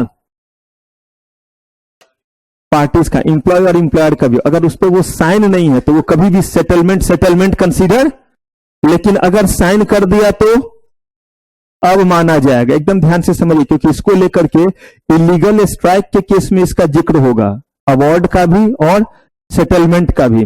कह रहे हैं कि ये जो एक कॉपी है फिर कहां दे देंगे, अप्रोप्रिएट गवर्नमेंट को दे देंगे, चाहे सेटलमेंट रहे तो भी। यहां पे कह रहे हैं कि कितने दिन तक जो है ये अवार्ड या सेटलमेंट जो है वो आपका ऑपरेशन में रहेगा। तो पहले बात हम कर रहे हैं सेटलमेंट का। ऑपरेशन में रहने का मतलब होता है इफेक्ट में रहने का। रामदीन रामखिलावन बंसी बिरजू हरिया, यानी कि पूरी टीम ऑफ वर्कमैन बनाम वर्सेस मैनेजमेंट के बीच में पंगा था। सेटलमेंट के जरिए चीज सुलह हो गया, और सेटलमेंट के जरिए हुआ कि आपकी जो है वो सैलरी या छुट्टी जिस भी चीज को लेकर के था वो मान लिया गया। दोनों उस पर एग्री हो गए कि ठीक है चलो भाई हम वर्क आवर इतना रख रहे हैं और वर्क आवर 9 आवर रहेगा, या हमारा जो है वो छुट्टी का दिन संडे ही रहेगा, संडे ही मान लिया गया, या हमारा वेजेज जो है वो पहले 500 था अब 530 रहेगा। एम्प्लॉय भी मान गए और एम्प्लॉयर भी मान गए, दोनों ने साइन कर दिया। अब यहां पे कह रहे हैं कि 6 मंथ्स का मतलब है ये नहीं है कि 6 मंथ्स के बाद ये खत्म हो जाएगा। कह रहे हैं कि इसी मैटर पे 6 महीने के भीतर अगर दोबारा दोनों में से कोई आओगे तो मुक्का मारेंगे। मतलब मुक्का नहीं लिखा हुआ है, लेकिन सेटलमेंट के फोर्स में रहने का मतलब है कि neither employ not the employer is allowed to raise any dispute regarding same matter. कोई और मैटर पे हो सकता है, अभी वेजेज को लेकर के ये चीज तय हुआ, हो सकता है वर्किंग आवर को लेकर के आप कोई मुद्दा लेकर के आ जाइए, लेकिन यही वेजेज पे कि नहीं अब 535 करो तो 535 मुक्के पड़ेंगे। अगर एम्प्लॉयर ने बोला नहीं 525 कर दो तो इनको भी 525 मुक्के पड़ेंगे। दोनों में से कोई भी जो है वो उसी मैटर को लेकर के कितने दिनों तक नहीं आएगा, आप खुद सोचिए।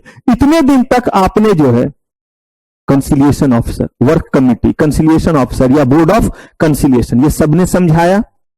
उस समय आप भी समझे ना, तभी ना आपने साइन किया ना। नहीं समझे तब तो उस समय सेटलमेंट वो कहलाया ही नहीं, तब तो मामला कहां चला जाएगा फिर? कोर्ट के जरिए आप आएंगे, तब तो अवार्ड होता। लेकिन आपने इस चीज को क्या बोला? सेटलमेंट। आपने साइन किया था, तो अब 6 महीने तक उसी चीज पे कोई भी जो है वो जिरह नहीं होगी। 6 महीने तक वो वर्क में रहेगा। और आगे बताऊंगा जब स्ट्राइक पढ़ाऊंगा, इस 6 महीने के भीतर अगर इसी मुद्दे पे लेकर के स्ट्राइक कीजिएगा तो वो इलीगल स्ट्राइक कहलाएगा। आप ही ने कहा था हाँ 530 तैयार है, अब बोलते नहीं 535 करो, नहीं करोगे, चलते हम किस चीज पे?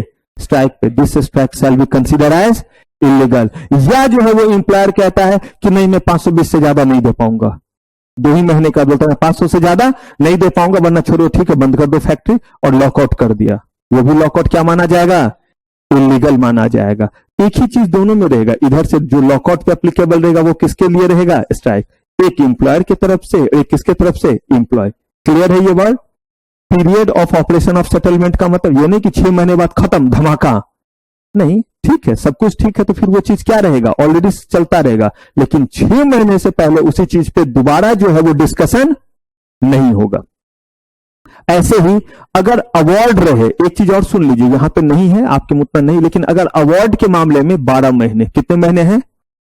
क्योंकि कोर्ट ने फैसला सुनाया है, तो उस केस में 12 महीने से पहले जो है आप सेम मैटर पे नहीं आ सकते। यही 530 रुपया सेटलमेंट से नहीं निकल करके आया, ये 530 रुपया जो है वो लेबर कोर्ट ने सुनाया। या हो सकता है मामला अपील में कहां चला गया हो? इंडस्ट्रियल ट्रिब्यूनल, और उसने सुनाया। तो वैसे केस में 1 साल से पहले इसी चीज पे कहीं कोई जो है वो इशू क्रिएट नहीं होगा। क्लियर है? सेटलमेंट में 6 महीने, अवार्ड में कितने? ऑब्वियसली बात है, कोर्ट ने सुनाया है, बड़े बॉडी ने सुनाया है, इसीलिए। हाँ जी साइन बाग, आप कुछ पूछ रहे थे?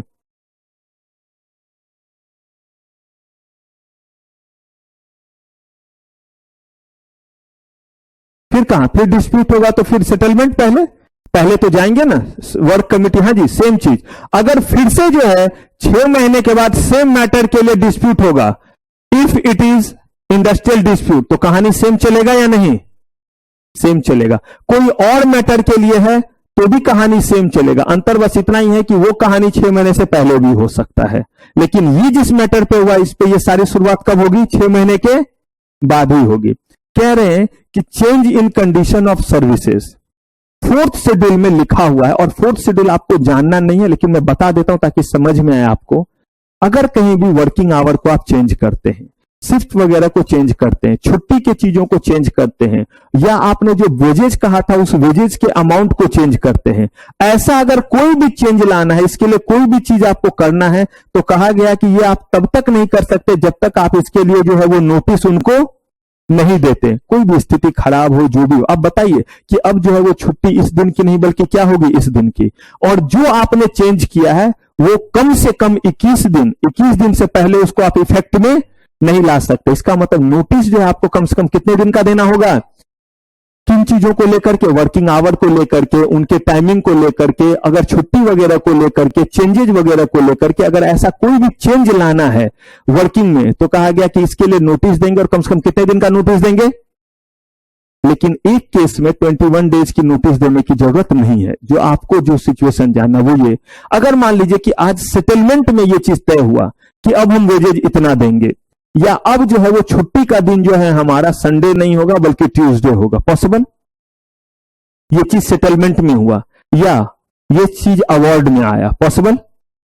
जब ये सेटलमेंट या अवार्ड में आया तभी पहले 21 दिन का नोटिस दें।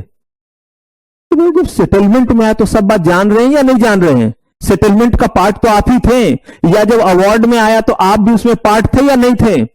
कहा उस केस में 21 दिन पहले बताने की जरूरत? ये 21 दिन तो तब है जब ना मामला किस में गया? सेटलमेंट में, ना किस में गया? हमने बस आपको इंफॉर्मेशन दिया कि अब जो है वो संडे की जगह मंडे को हमें क्या रखना है? छुट्टी का दिन रखना है। अगर आपको कोई इशू है और वो इशू जो है वो क्रिएट होगा तब वो फिर सेटलमेंट में जा सकता है। लेकिन आपको कोई इशू नहीं, ठीक है भाई संडे की जगह वो दिन क्या रहेगा? मंडे रहेगा। लेकिन ये सूचना कम से कम कितने दिन पहले आपको मिलनी चाहिए? 21 दिन पहले। क्लियर है? तो देखिए यहां पे जो लिखा गया वो यही चीज है, no notice shall be required under following circumstances में इस वाले को उड़ा दीजिएगा, ये प्रोफेशनल लेवल पे करेंगे बात, क्योंकि यही चीज प्रोफेशनल में भी है। कब? When change is affected in परस्यूएंस of any settlement, और पूरा क्लियर है, हाँ या ना? जो भी चेंज करना है वर्किंग आवर में या डे में या हॉलीडे में कीजिए, करने के लिए कितने दिन का नोटिस देना पड़ेगा? लेकिन ये 21 दिन का नोटिस देने की जरूरत नहीं। जब ये चीज किसके पार्ट में निकल करके आया है? सेटलमेंट या अवार्ड के जरिए तय हुआ है, तो उसमें फिर से जो 21 दिन के नोटिस देने की जरूरत नहीं है। No action against protected workman. अगर कोई बंदा छुट्टी पे है, किस चीज के कारण? सीकनेस लीव में है, बीमार था राम दिन, और उसको सीकनेस बेनिफिट के तहत हम लोग पढ़ चुके हैं, आप लोग भी जानिएगा कि सीकनेस बेनिफिट में कितने दिन तक का मिलता है? पहले नालायको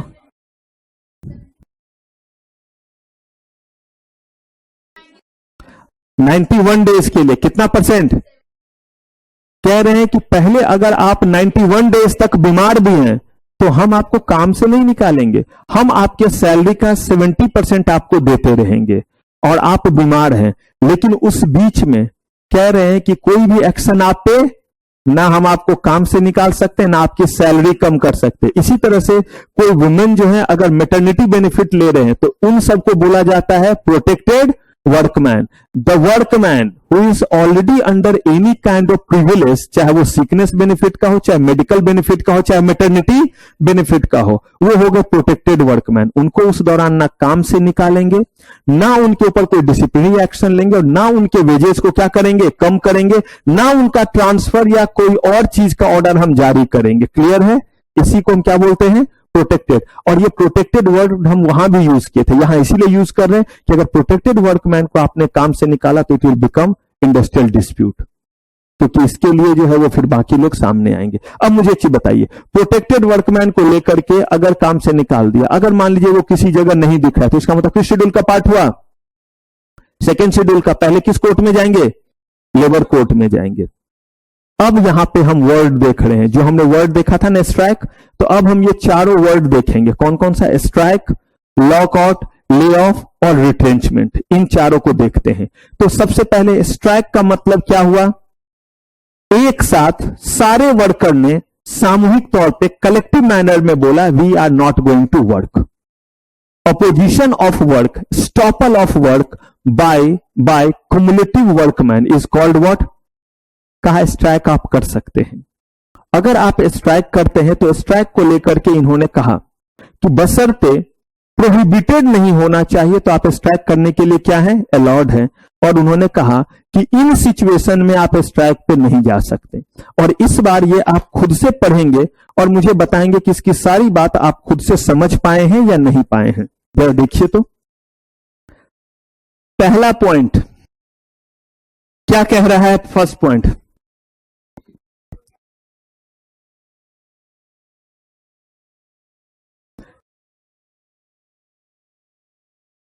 हाँ, इसका मतलब है इंडस्ट्रियल डिस्प्यूट हुआ। अभी मामला जो है चल ही रहा है और यहां पे चल पड़े हम नारा लगाने, बंद करो भाई बंद करो, बोला ना चल बे। ये आपका इलीगल हुआ। आपने जब कहा कि हम सेटलमेंट में भी चलो, बोल दो कि सेटलमेंट हमें मंजूर नहीं है, तो during the pendency of conciliation proceeding, या तो मामला जो वर्क कमेटी के पास है, कंसिलिएशन ऑफिसर के पास है, या बोर्ड ऑफ कंसिलिएशन के पास है, उस समय before board and with in how many days after conclusion. उनका कंक्लूजन आया, नहीं पसंद आया, जाइए स्ट्राइक पे। पहले कितने दिन रुकिए, ताकि लोग सोच सके कि भाई नहीं पसंद आया, कहीं ये लोग स्ट्राइक पे ना चले जाए। तो इंप्लॉयर को भी मौका मिलना चाहिए ताकि वो दोबारा इस चीज को क्या कर सके? रीथिंक कर सके। ठीक है, उससे नीचे वाला बतलाइए।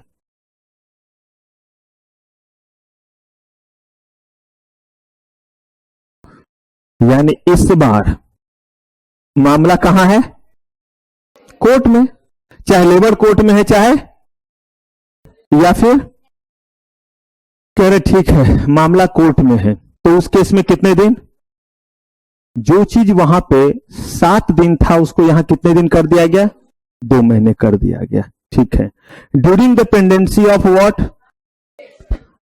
अब इसमें एक चीज आप देख रहे हैं, कि आर्बिट्रेशन के को बिल्कुल वहां पे ही रखा गया जहां पे किसको रखा गया है, क्योंकि वो भी अवार्ड सुनाते हैं ना, मतलब उनका सुनाया गया फैसला आपको मानना पड़ेगा, तो इसलिए उस समय जो है उनको उतना ही टाइम दे रहे जितना लेबर कोर्ट वगैरह को। तो कितने महीने? अच्छा, अब जो लास्ट वाला है वो ध्यान से एक बार दोबारा सोच लीजिए। लास्ट वाला जो है वो आपको बताना है, और लास्ट वाला क्या है ये बताइए। During any period in which A settlement और अवार्ड इज इन, हाँ जी Rohit,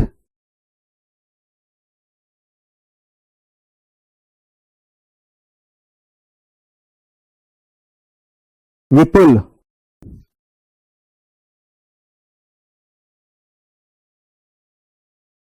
last point Piyush Chawla,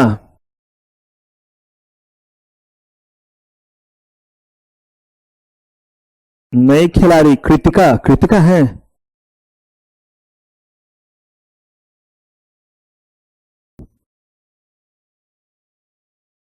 black T shirt वाले बच्चे, क्या नाम है आपका? पारस, आपका? नहीं, उन राजेश, पारस राजेश, और ब्लू आपका? प्राची, ठीक है। आप क्या बोले? प्राची, साक्षी। चलिए पारस,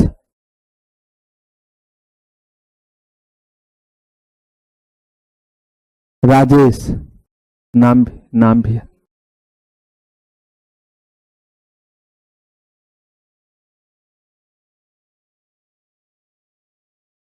ड्यूरिंग एनी पीरियड इन विच, चलिए भूमिका,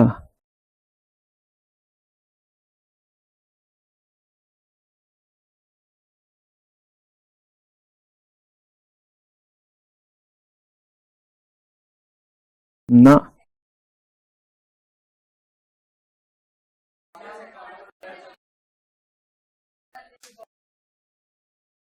कौन सा टाइमिंग? क्या? हाँ, ये और कुछ नहीं। Settlement is valid up to how many days? उस 6 महीने में से स्ट्राइक नहीं होगा। जिस दौरान चल रहा वो तो ऊपर ही कवर हो गया, ड्यूरिंग तो हो गया, देखिए ना ऊपर ड्यूरिंग द पेंडेंसी और ड्यूरिंग द पेंडेंसी ऊपर नीचे कवर, कोर्ट वाला भी कवर और सेटलमेंट वाला भी कवर। सेटलमेंट हो गया, 6 महीने तक सेटलमेंट वैलिड है, इसीलिए बताया था, बोला भी था आपको कि स्ट्राइक में यूज पड़ेगा। और 12 महीने तक वैलिड रहता, कौन सा? बोला उस 6 महीने और उस 12 महीने में खबरदार जो स्ट्राइक उस मुद्दे के लिए किया तो। क्लियर है? अगर प्रोसेस में है तो नहीं, प्रोसेस खत्म होने के 7 दिन के बाद भी नहीं, नहीं पसंद आया सेटलमेंट तो भी, अगर जो है वो आपका कोर्ट में है तो जिस दौरान कोर्ट में है उस दौरान भी नहीं, उसके 7 दिन बाद भी नहीं, 2 महीने बाद भी नहीं, लेकिन फैसला आ गया और सेटलमेंट आप मान गए, तो सेटलमेंट मान गए तो कितने दिन के भीतर? 6 महीने के भीतर नहीं, और अगर अवार्ड आया है तो वो आपको मानना ही पड़ेगा, तो उसके कितने दिन के भीतर? 1 ईयर। क्लियर है? इस दौरान आप स्ट्राइक नहीं करेंगे। अब इतना याद रखिएगा, तो लॉकआउट ऑटोमेटिकली, लॉकआउट में भी सेम चीज है। इस दौरान वर्कर जो है वो नहीं जाएंगे काम स्ट्राइक पे, और जब हम लॉकआउट की बात करेंगे तो उस दौरान एम्प्लॉयर जो है वो फैक्ट्री में लॉकआउट नहीं लगाएंगे कि जाइए अभी हम आपको काम नहीं देते, दोनों में सेम रूल चलेगा। इलीगल स्ट्राइक, कहा गया कि ये स्ट्राइक इलीगल अगर आपने क्या किया, प्रोविजन को जो है वो फुलफिल। अब देखिए, अगर आप इसी चीज के तहत आए तो बताइए आपका स्ट्राइक इलीगल होगा या नहीं होगा? आपने जो है वो सेक्शन 23 को नहीं माना तो क्या होगा? Strike illegal. और यहां पे एक और भी चीज दिया हुआ है, सेक्शन किसका?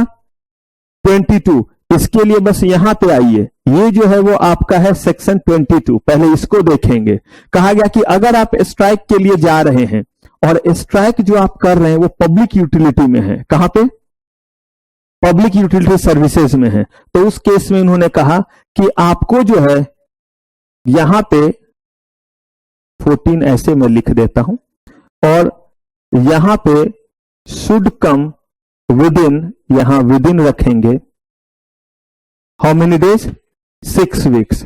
अब बताता हूं क्या मतलब है।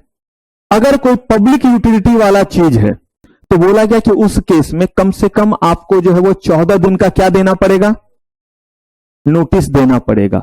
बिना 14 दिन का नोटिस दिए हुए आप स्ट्राइक पे नहीं जा सकते। इसका मतलब क्या हुआ, इसका मतलब पिछले सारे कंडीशन को तो फुलफिल कर रहे हैं, ना किस दौरान जाएंगे, ना सेटलमेंट के दौरान जाएंगे, ना किस दौरान, ना जो है वो जब आपका जो है वो अवार्ड का चल रहा होगा कोर्ट में तब, ना ही 6 महीने जो सेटलमेंट का है उसमें जाएंगे, ना जो 12 महीने अवार्ड का है उसमें।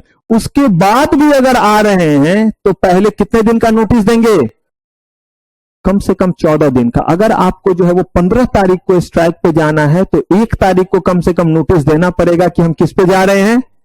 और ऑब्वियस सी बात है, जब ये आप नोटिस दे रहे हैं इसका मतलब है कि उससे पहले सारे चीज आपने फुलफिल किए हैं या नहीं किए हैं। हाँ जी, वो हमने सारा फुलफिल किया है, जो इलीगल वाला चीज था वो हमने क्या किया है, फुलफिल किया है। हमारा स्ट्राइक क्या है, लीगल है। साथ ही साथ बोला कि सिर्फ 14 दिन के नोटिस देने से काम नहीं चलेगा। एक बार नोटिस दे दिया तो 6 महीने के भीतर आपको क्या करना पड़ेगा, स्ट्राइक पे जाना पड़ेगा। और नहीं तो आपको दोबारा फ्रेश नोटिस क्या करना पड़ेगा, आपको जो है वो फ्रेश नोटिस देना पड़ेगा। अब क्या इसका मतलब हुआ, इसका मतलब जो है वो ये हुआ कि अगर आप 15 तारीख को जो है वो किस पे जाना चाहते हैं, 15 तारीख को अगर आप स्ट्राइक पे जाना चाहते तो आपको 1 तारीख तक क्या करना है, लेकिन 1 तारीख तक नोटिस दिया और 6 वीक्स का मतलब हो गया यहां पे 42 डेज। यानी अगर आज 1 तारीख है तो अगले महीने के 12 तारीख तक, इस महीने का तो 30 दिन हो गया प्लस अगले महीने का 12 तारीख हो गए 42 डेज। 6 वीक्स का मतलब 42 डेज। अगले महीने के 12 तारीख तक चले जाइए वास्तव में किस चीज पे, स्ट्राइक पे। ये नहीं बस धमकी जा रहा हूं स्ट्राइक पे, जा रहा हूं स्ट्राइक पे, जाओ। और नहीं, अगर इरादा बदल गया, इरादा बदल गया कि हमें स्ट्राइक पे, मोस्ट वेलकम।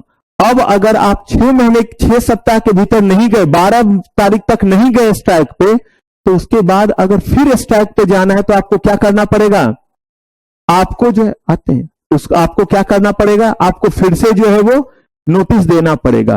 तो इस पॉइंट को with in 14 days of giving such notice, और यहां पे लिखिएगा स्ट्राइक, आप अपने नोट्स में भी ठीक कर लीजिएगा, मैंने इसमें कर दिया था, वो स्लाइड नहीं खुला है।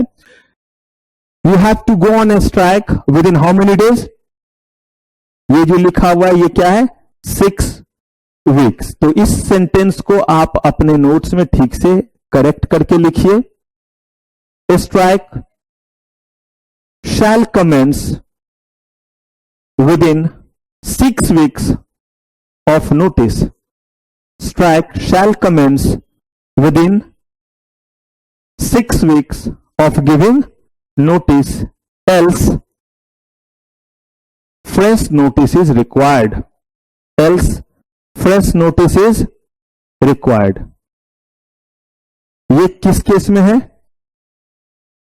Public sector undertaking, public utility की जो चीज। एल्स फ्रेश नोटिस हो सकता है 12 तारीख तक नहीं गए, नहीं जा सकते, आपकी मर्जी, मत जाइए। अगर नहीं गए उसके बाद अगर आप 14 तारीख को स्ट्राइक पे जाना चाहे तो जा सकते हैं, नहीं, अब आपको फिर से नोटिस देना पड़ेगा और उस नोटिस देने के 14 दिन बाद ही किसी डेट में स्ट्राइक पे जा सकते हैं। यानी कि 14 दिन से लेकर के 42 दिन के भीतर ही जाना है। और नहीं गए तो फिर क्या करना पड़ेगा, फिर से जो है वो नोटिस दीजिए। हाँ जी, क्या दिक्कत, क्या डेज का समझ में नहीं आया,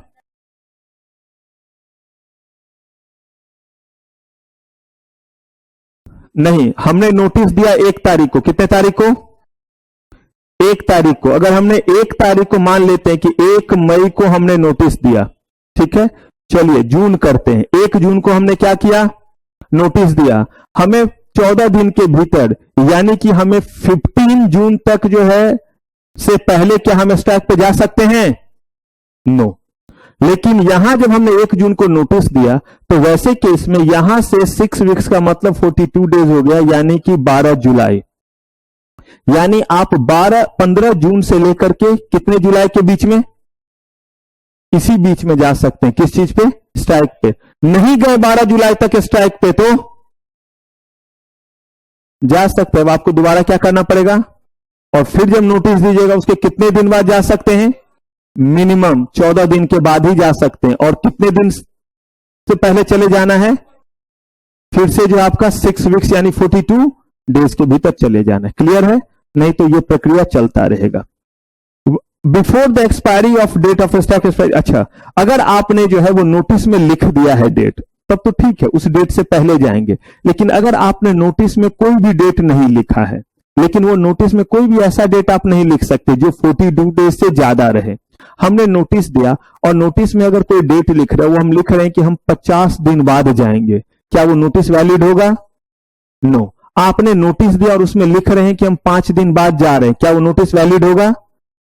नो। आपके पास राइट है 15 से लेकर के 42 डेज के भीतर जो भी बटुक जी महाराज ने आपको बोला है कि बच्चा ये दिन शुभ है, उस दिन से बैठना किस चीज पे? स्ट्राइक पे, उस दिन आप बैठो। लेकिन किसी भी केस में अगर बटुक जी महाराज ने बोला कि बच्चा 14 दिन से पहले या 42 डेज के बाद में, तो बोलिएगा बाबा जी क्यों जो है वो हमारा बैंड बजवा रहे हो, ये लॉ के अकॉर्डिंग पॉसिबल नहीं है। क्लियर है ये बात? नोटिस पीरियड में, नोटिस में आप टाइम लिख सकते हैं, लेकिन वो टाइम 2 वीक्स से पहले नहीं होगा, यानी 14 डेज से पहले नहीं, और 42 डेज से बाद का नहीं होगा।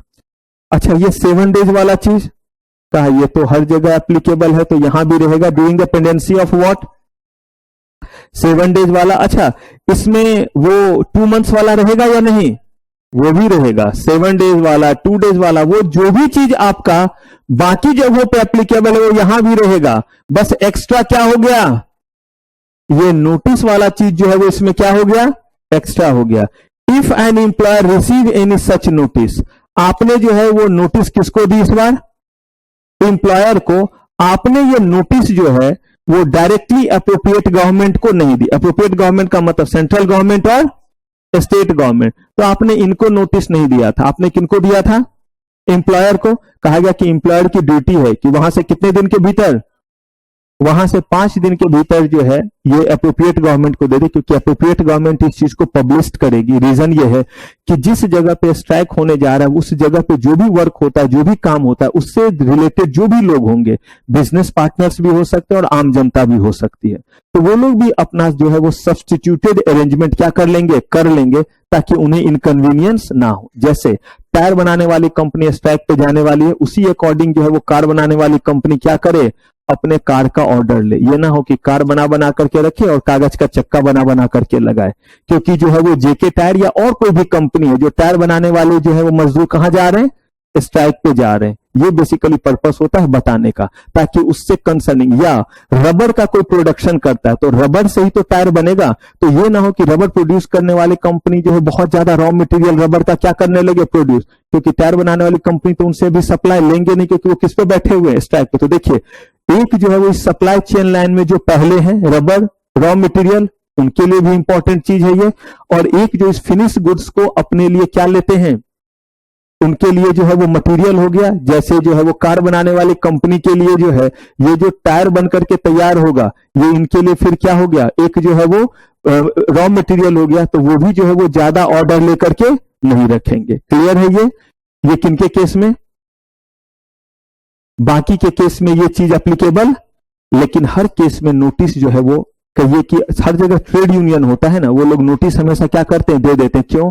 कि कहीं नोटिस के ही कारण हो सकता है, मतलब सिर्फ स्ट्राइक के धमकी से ही शायद हमारी बात क्या हो जाए? मान जाए और स्ट्राइक पे जाने की जरूरत ना पड़े। आपके स्टेट बैंक वगैरह जो ये भी जाते, देखिएगा कितने दिन पहले हल्ला मचा रहता है कि, और वो जान करके एक दिन जाएंगे फ्राइडे को, और सैटरडे संडे ऐसे ही जो है वो क्या रहेगा? छुट्टी। तो उसमें 3 दिन, और कहीं गलती से मंडे कोई अगर मान लीजिए कि पब्लिक हॉलिडे डिक्लेयर है, तब तो पूछिए मत, क्योंकि वो भी क्या बोल रहे हैं? हम एक दिन के लिए स्ट्राइक पे जा रहे हैं, और वो कौन सा दिन है?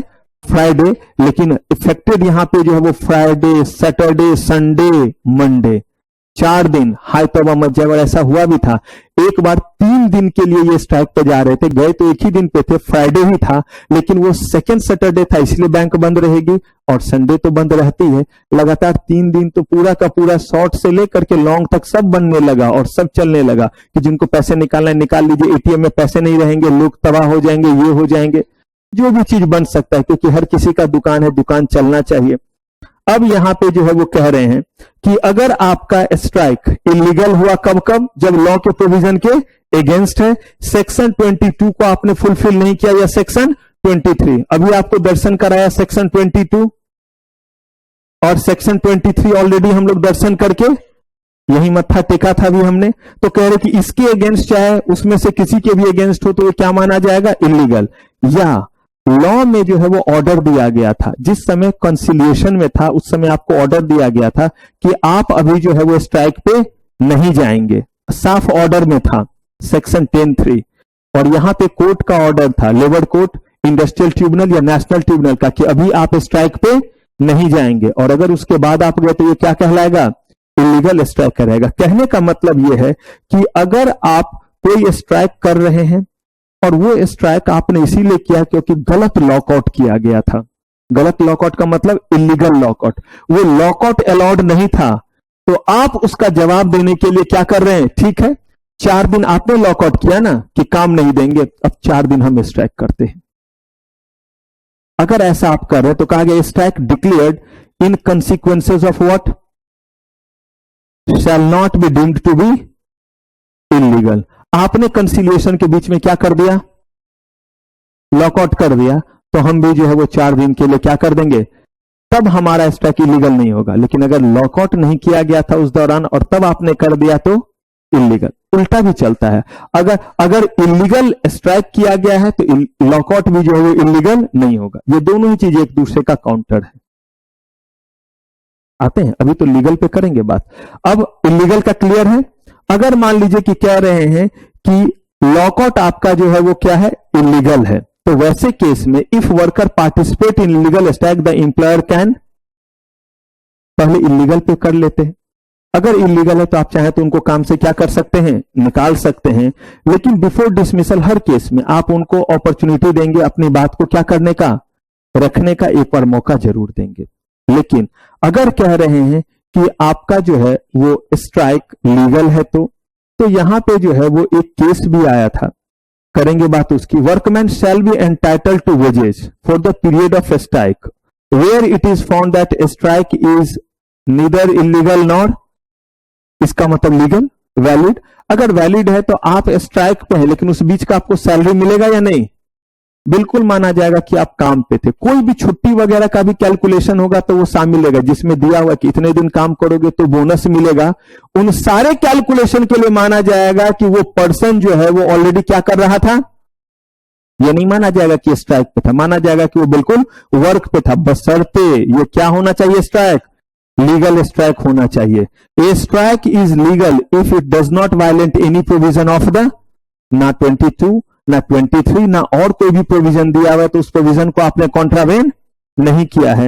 And a strike can not be said to be unjustified, तब तक ये अनजस्टिफाइड नहीं कहलाएगा। Reason for it are entirely perverse और अनरीजनेबल। प्रिवर्स, जब तक ये साफ तौर पे, प्रिवर्स का मतलब होता है कि दंगा फसाद करना, तोड़ फोड़ कर देना, या अनरीजनेबल। तो कह रहे हैं कि तब तक हम स्ट्राइक को क्या मानेंगे, लीगल ही मानेंगे। लेकिन कौन सा, सेक्शन 22 सेक्शन 23 इन सबको फुलफिल किया हो और तोड़ फोड़ करने वाला कोई स्ट्राइक है तो वो कभी भी जो है वो लीगल नहीं होता है। सारे रूल को आपने फॉलो किया है, जो नोटिस देना था सब दिया, लेकिन स्ट्राइक पे गए और आग लगाना शुरू कर दिया फैक्ट्री प्रीमाइसेस वगैरह में, कहा गया कि नहीं, वो चीज कभी भी अलाउड नहीं है। यहां पे केस है बैंक ऑफ इंडिया का। बैंक ऑफ इंडिया के केस में इन्होंने क्या कहा है, ये केस जरा देखिए तो जरा समझाइए तो मुझे ये केस कहता क्या है।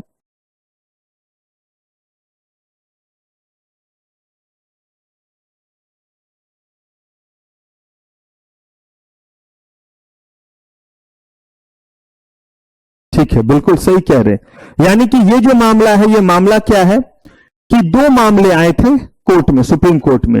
एक में सुप्रीम कोर्ट ने कहा कि चाहे लीगल हो चाहे इलीगल हो स्ट्राइक, दोनों में से कुछ भी क्यों ना हो, चाहे लीगल हो या इलीगल हो, कहा कि हम किसी भी केस में उनको जो है वो वेजेज नहीं देंगे। लेकिन एक दूसरे केस में अगर ये 5 जो है वो जजेस का बेंच था तो वो 7 जजेस के बेंच का फैसला था कि अगर स्ट्राइक लीगल है तो वेजेस दो और अगर इलीगल है तो वेजेस ना दो। तो फाइनली कंक्लूड क्या हुआ कि अगर लीगल जो है वो स्ट्राइक है तो वेजेज मिलेगा और अगर इलीगल है तो वेजेज नहीं मिलेगा। कहा ठीक है।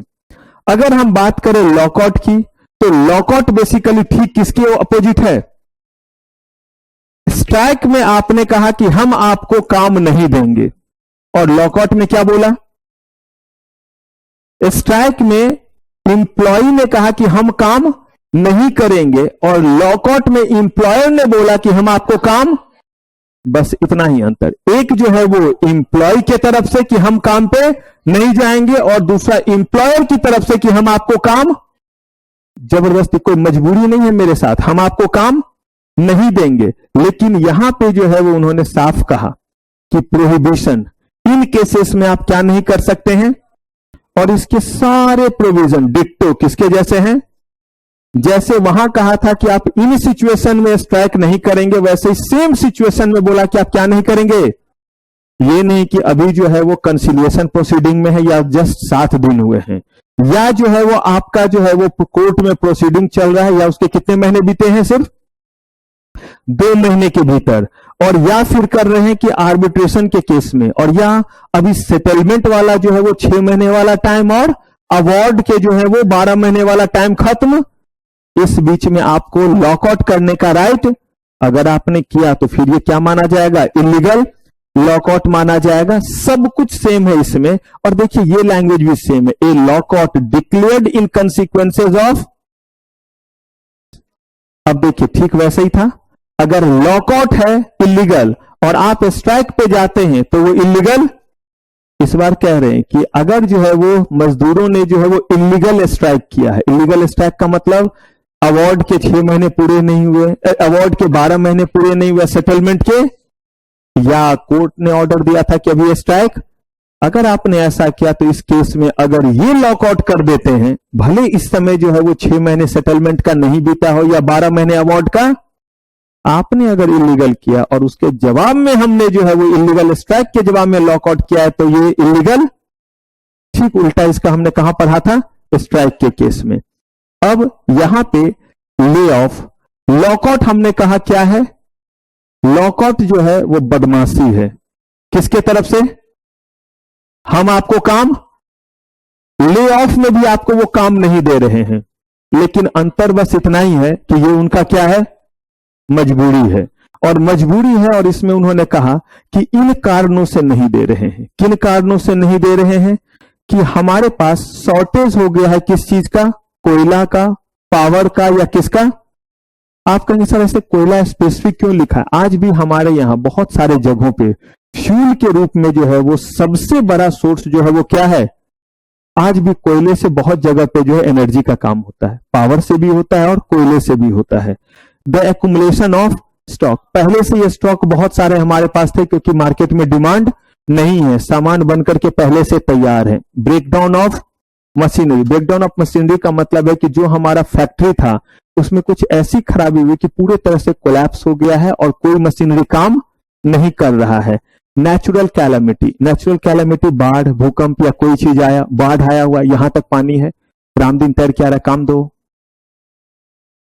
कैसे काम देगा? यहां तक पानी लगा उसमें काम होगा?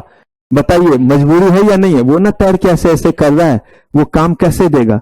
कह रहे फॉर एनी अदर रीजन, जो कि किसके कंट्रोल से बाहर होना चाहिए? एम्प्लॉयर के कंट्रोल से।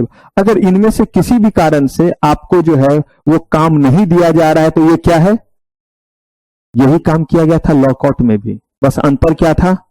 ऐसी कोई मजबूरी नहीं थी और साफ तौर पे डंके की चोट पे बोला कि घुसने नहीं देंगे, बंद करो फैक्ट्री का गेट और किसी को भी काम पे आना नहीं है। वो था हमारा लॉकआउट।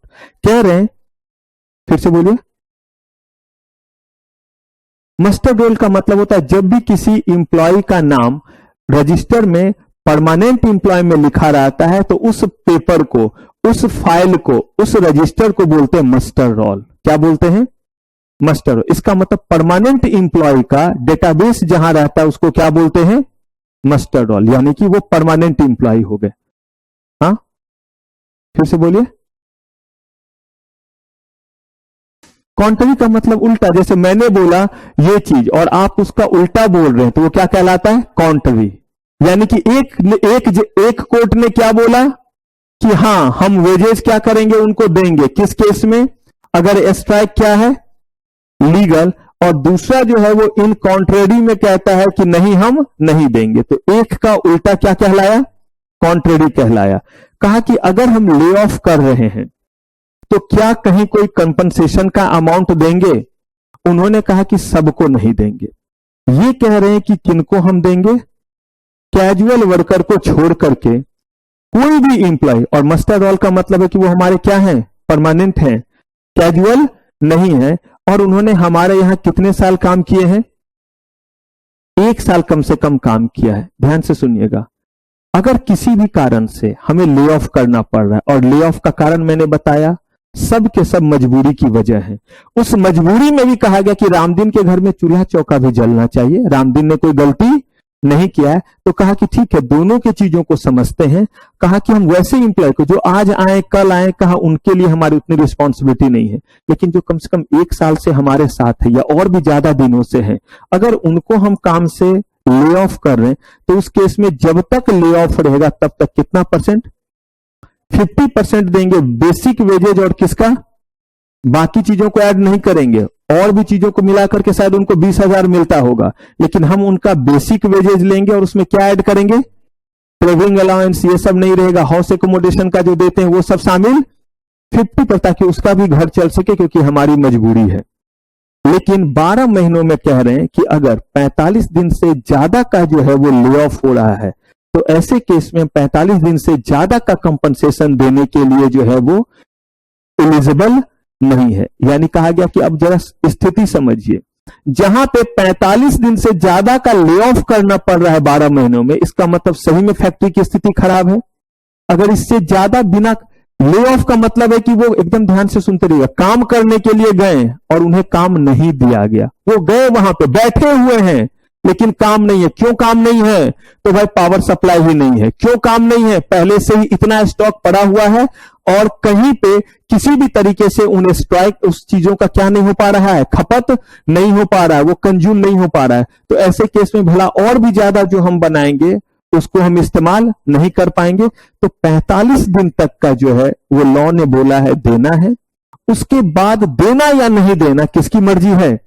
एम्प्लॉयर की। लेकिन अगर 45 दिन तक का है तो आपको देना पड़ेगा 12 महीने में।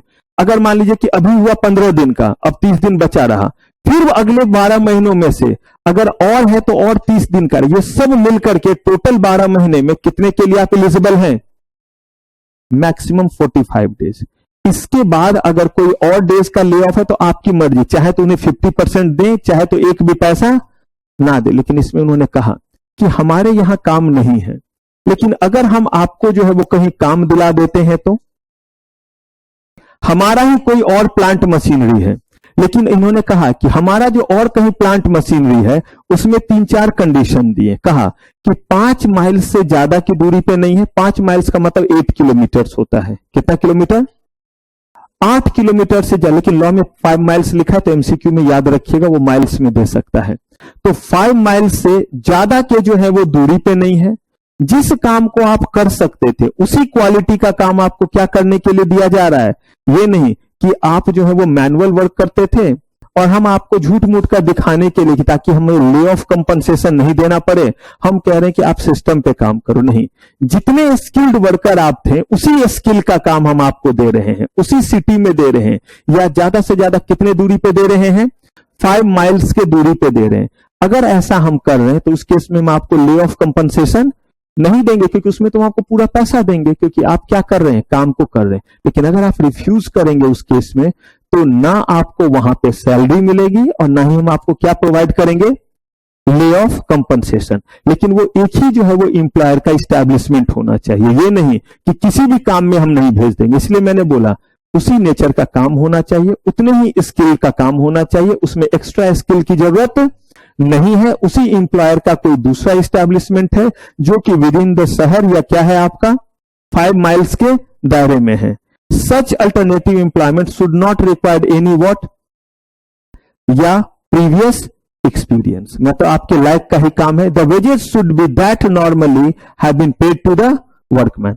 और उसमें हम आपको वही वेजेस देते रहेंगे जो हम आपको क्या कर रहे थे, बस आपका वर्क प्लेस क्या किया है हमने, चेंज किया। यहां पे ब्रेकडाउन हो गया, यहां पे जो है वो सप्लाई नहीं है फ्यूल का, हमने आपको दूसरे इस्टेब्लिशमेंट में भेज दिया है जो कि विद इन द जो है 5 माइल्स है, वहां पे आप काम कीजिए, उसी स्किल का काम कीजिए, आपकी सैलरी मिलते रहेगी। The wages should be that normally has been paid to the workman if he does not present himself for work at appointed time during working hour at least once a day. मान लीजिए कि आपको हमने कोई और जगह काम के लिए नहीं भेजा, इसी जगह आपको आना था, तो ले ऑफ का मतलब है कि आप आते हैं और हम आपको काम नहीं दे पाते हैं, तो this is called what, lay off. लेकिन आप जो है वो देखें कि आज जो है वो ले ऑफ हो गया, तो आप कल आए ही नहीं अगले दिन, और आप सोचते हैं कि 50% मिल जाएगा, आराम से जो है राम दुलारी के साथ घूमने चल देते हैं। कहा नहीं, आपको क्या करना पड़ेगा, यहां आना पड़ेगा और हम आपको बताएंगे कि हमारे पास आज काम है या नहीं है। अगर काम रहा तो वैसे केस में आपको कंप्लीट वेजेज जाएगा, और अगर नहीं है तो क्या जाएगा, ले ऑफ कंपनसेशन हम आपको प्रोवाइड करेंगे, जो 45 दिन तक का एप्लीकेबल होता है। वो आप आते ही नहीं है तो माना जाएगा कि आप एब्सेंट थे और इस दिन का कोई आपको ले ऑफ कंपनसेशन नहीं मिलेगा। हाँ जी, हर वर्किंग डे पे आपको अपने आप को देखिए लिखा हुआ, और वर्किंग आवर में ये नहीं कि हर दिन आना है तो दिन भर घूमे, एक बार रात को चेहरा दिखाने आ गए या अटेंडेंस मार्क करने, नहीं। आपका जो भी स्लॉट तय था कि 10 बजे से 6 बजे का है, किसी का अलग अलग टाइम स्लॉट रहता है, तो जो आपका वर्किंग आवर का स्लॉट था उसमें आपको आना पड़ेगा, तभी तो पता चलेगा कि आपके लिए काम है या नहीं है। क्योंकि पावर सप्लाई नहीं है, कल आ भी तो सकता है, तो आपको हर दिन वहां आना पड़ेगा। If such laying off is due to what, strike या slowing down of production on the part of workman in another part of establishment. ये क्या चीज है वो सुनिए। एस्टैब्लिशमेंट में अलग अलग जो है डिवीजन है, एक डिवीजन के पर्सन जो है वो जानबूझ करके स्ट्राइक पे चले गए हैं। अब जो है जब तक वो डिवीजन काम नहीं करेगा तब तक जो है वो आप काम नहीं कर सकते। मतलब क्या है वो सुनिए। कहीं पे प्लास्टिक का चेयर बनता है, एक डिवीजन का काम है कि जितने भी प्लास्टिक खरीद के आते हैं रॉ मटेरियल, उसको पिघलाना, और पिघलाने के बाद उसका जो है जो लिक्विड है वो लिक्विड इस यूनिट में आता है, और इस यूनिट का काम है कि उसको जो है वो मोल्ड में डालना, जो सांचा होता है, खांचा होता है, उसमें डालना। जो यूनिट इस लिक्विड को तैयार करता है उस यूनिट में जो है वो स्ट्राइक है। जब तक वो लिक्विड भेजेगा नहीं तब तक आप इस सांचा में डालिएगा क्या, पानी? तो इस केस में कहा गया कि ये जो ले ऑफ हुआ ये इनके कारण नहीं हुआ, आपके ही वर्कर के कारण हुआ, आपके यूनिट के कारण हुआ। तो इस केस में आपको ले ऑफ कंपनसेशन। दूसरा, जानबूझ करके बदमाशी कर रहे हैं, जो उधर वाला डिवीजन है वो स्लोइंग डाउन। स्लोइंग डाउन का मतलब है काम तो स्ट्राइक पे नहीं गए हैं, लेकिन जानबूझ करके जहां पे जो है 5000 लीटर सप्लाई करना चाहिए वहां पे 5 लीटर गैलन में भेज रहे हैं। जी चाहेगा शरीर पे डाल ले और खुद चेयर बन जा। अब जो है वो उससे कितने चेयर तैयार होंगे, तो उतने लोगों को हम काम दे पाएंगे। आप जब उधर से हमें सप्लाई की, हमने तो 5000 लीटर के अकॉर्डिंग ना यहां पे रखा हुआ है मजदूर कि वो उतने को जो है वो किसमें डालेंगे, सांचे में डालेंगे और मोल्ड में डालेंगे। तो अगर उधर स्लो डाउन कर रहे हैं या क्या कर रहे हैं, स्ट्राइक कर रहे हैं, तो उस केस में एस्टैब्लिशमेंट के एक पार्ट में मजदूर जानबूझ करके धीरे काम कर रहे हैं या किस पे चले गए हैं, स्ट्राइक पे, और उसके कारण दूसरे का काम जो है वो रुक गया है। तो जानिए, चोर चोर मौसेरा भाई, आपके भाई बंधु हैं, आप लोगों की मिली भगत है, हम आपको जो है वो क्या नहीं देंगे, ले ऑफ नहीं देंगे। क्या सब पता है? अगर नहीं पता तब ये चीज एप्लीकेबल ही नहीं होगा, लेकिन अगर जो है वो पता है, और दूसरी बात एक और भी है, पता हो चाहे नहीं पता हो, एम्प्लॉयर इस केस में क्या है, हेल्पलेस है। तो वो बोलेगा कि हम ये पे, आप सोचिए इलीगल स्ट्राइक के केस में इलीगल अगर लॉकआउट है तो लॉकआउट इलीगल माना जाता है? नो। तो उसी तरह से कह रहे हैं कि यहां पे अगर आपने जो है वो जानबूझ करके क्या किया है, स्लो डाउन किया है या क्या किया है, स्ट्राइक किया है, तो इस केस में यहां पे एप्लीकेबिलिटी नहीं आएगी। क्या लीगल हुआ? तो उस केस में जो है तब भी हम इनको ले ऑफ का नहीं देंगे। इसलिए नहीं देंगे क्योंकि हमारे पास जब इनको देने के लिए काम ही नहीं है, तो वैसे केस में हम इनको काम कैसे देंगे? हमारी अगर हेल्पलेसनेस है, और वो किस केस में है, वो उस केस में है जो लेबर के अलावा है, तो हम देने के लिए क्या है, ऑथराइज है। Workman of mine has lay off कितने दिन का? अगर कह रहे हैं कि अगर ले ऑफ पे हैं माइंस में, तो कह रहे हैं employer shall within a period of 30 days from the date of commencement of such lay off, किसको जो है वो इंफॉर्मेशन देंगे, और कहा कि 30 दिन से ज्यादा का माइनिंग में किसी भी शर्त पे आप ले ऑफ नहीं दे सकते जब तक एप्रोप्रिएट गवर्नमेंट से परमिशन। इसका मतलब है कि खदान में तो खुदाई का काम होता है ना, अब आप वहां पे खुदाई नहीं करा रहे, किसी कारण से हो सकता है शायद गैस निकल रहा हो या आग वगैरह या पानी जैसा चीज हो, या अब वहां पे खोदने को कुछ नहीं है, तो कहा अगर नहीं है तो उसकी सूचना किसको दीजिए, एप्रोप्रिएट गवर्नमेंट को, ताकि इन्हें प्रॉपर जगह पे क्या किया जा सके, अगर वहां गैस या आग या कोई केमिकल निकल रहा है तो भी कहीं और शिफ्ट किया जा सके, और वहां पे खोदने के लिए अब कुछ नहीं बचा है तो भी क्या किया जा सके, कहीं और भेजा जा सके। तो ये सारा चीज किसके बारे में, ले ऑफ। अब रिट्रेंचमेंट क्या है, रिट्रेंचमेंट और आपका वीआरएस या रिट्रेंचमेंट और आपका जो है जो हम लोग टर्मिनेशन कहते हैं, इन सब में क्या डिफरेंस है, और रिट्रेंचमेंट के केस में क्या सारे वर्कर को हम कोई कंपनसेशन देंगे, या अगर हमारे पास वर्कलोड कम है तो हम कुछ लोगों को काम से हटा भी सकते हैं। तो इन चीजों को जानेंगे हम लोग नेक्स्ट एपिसोड में। चलिए फिलहाल आज की सेटिंग अप की सेवा समाप्त। थैंक यू वेरी मच, आपका बहुत बहुत धन्यवाद।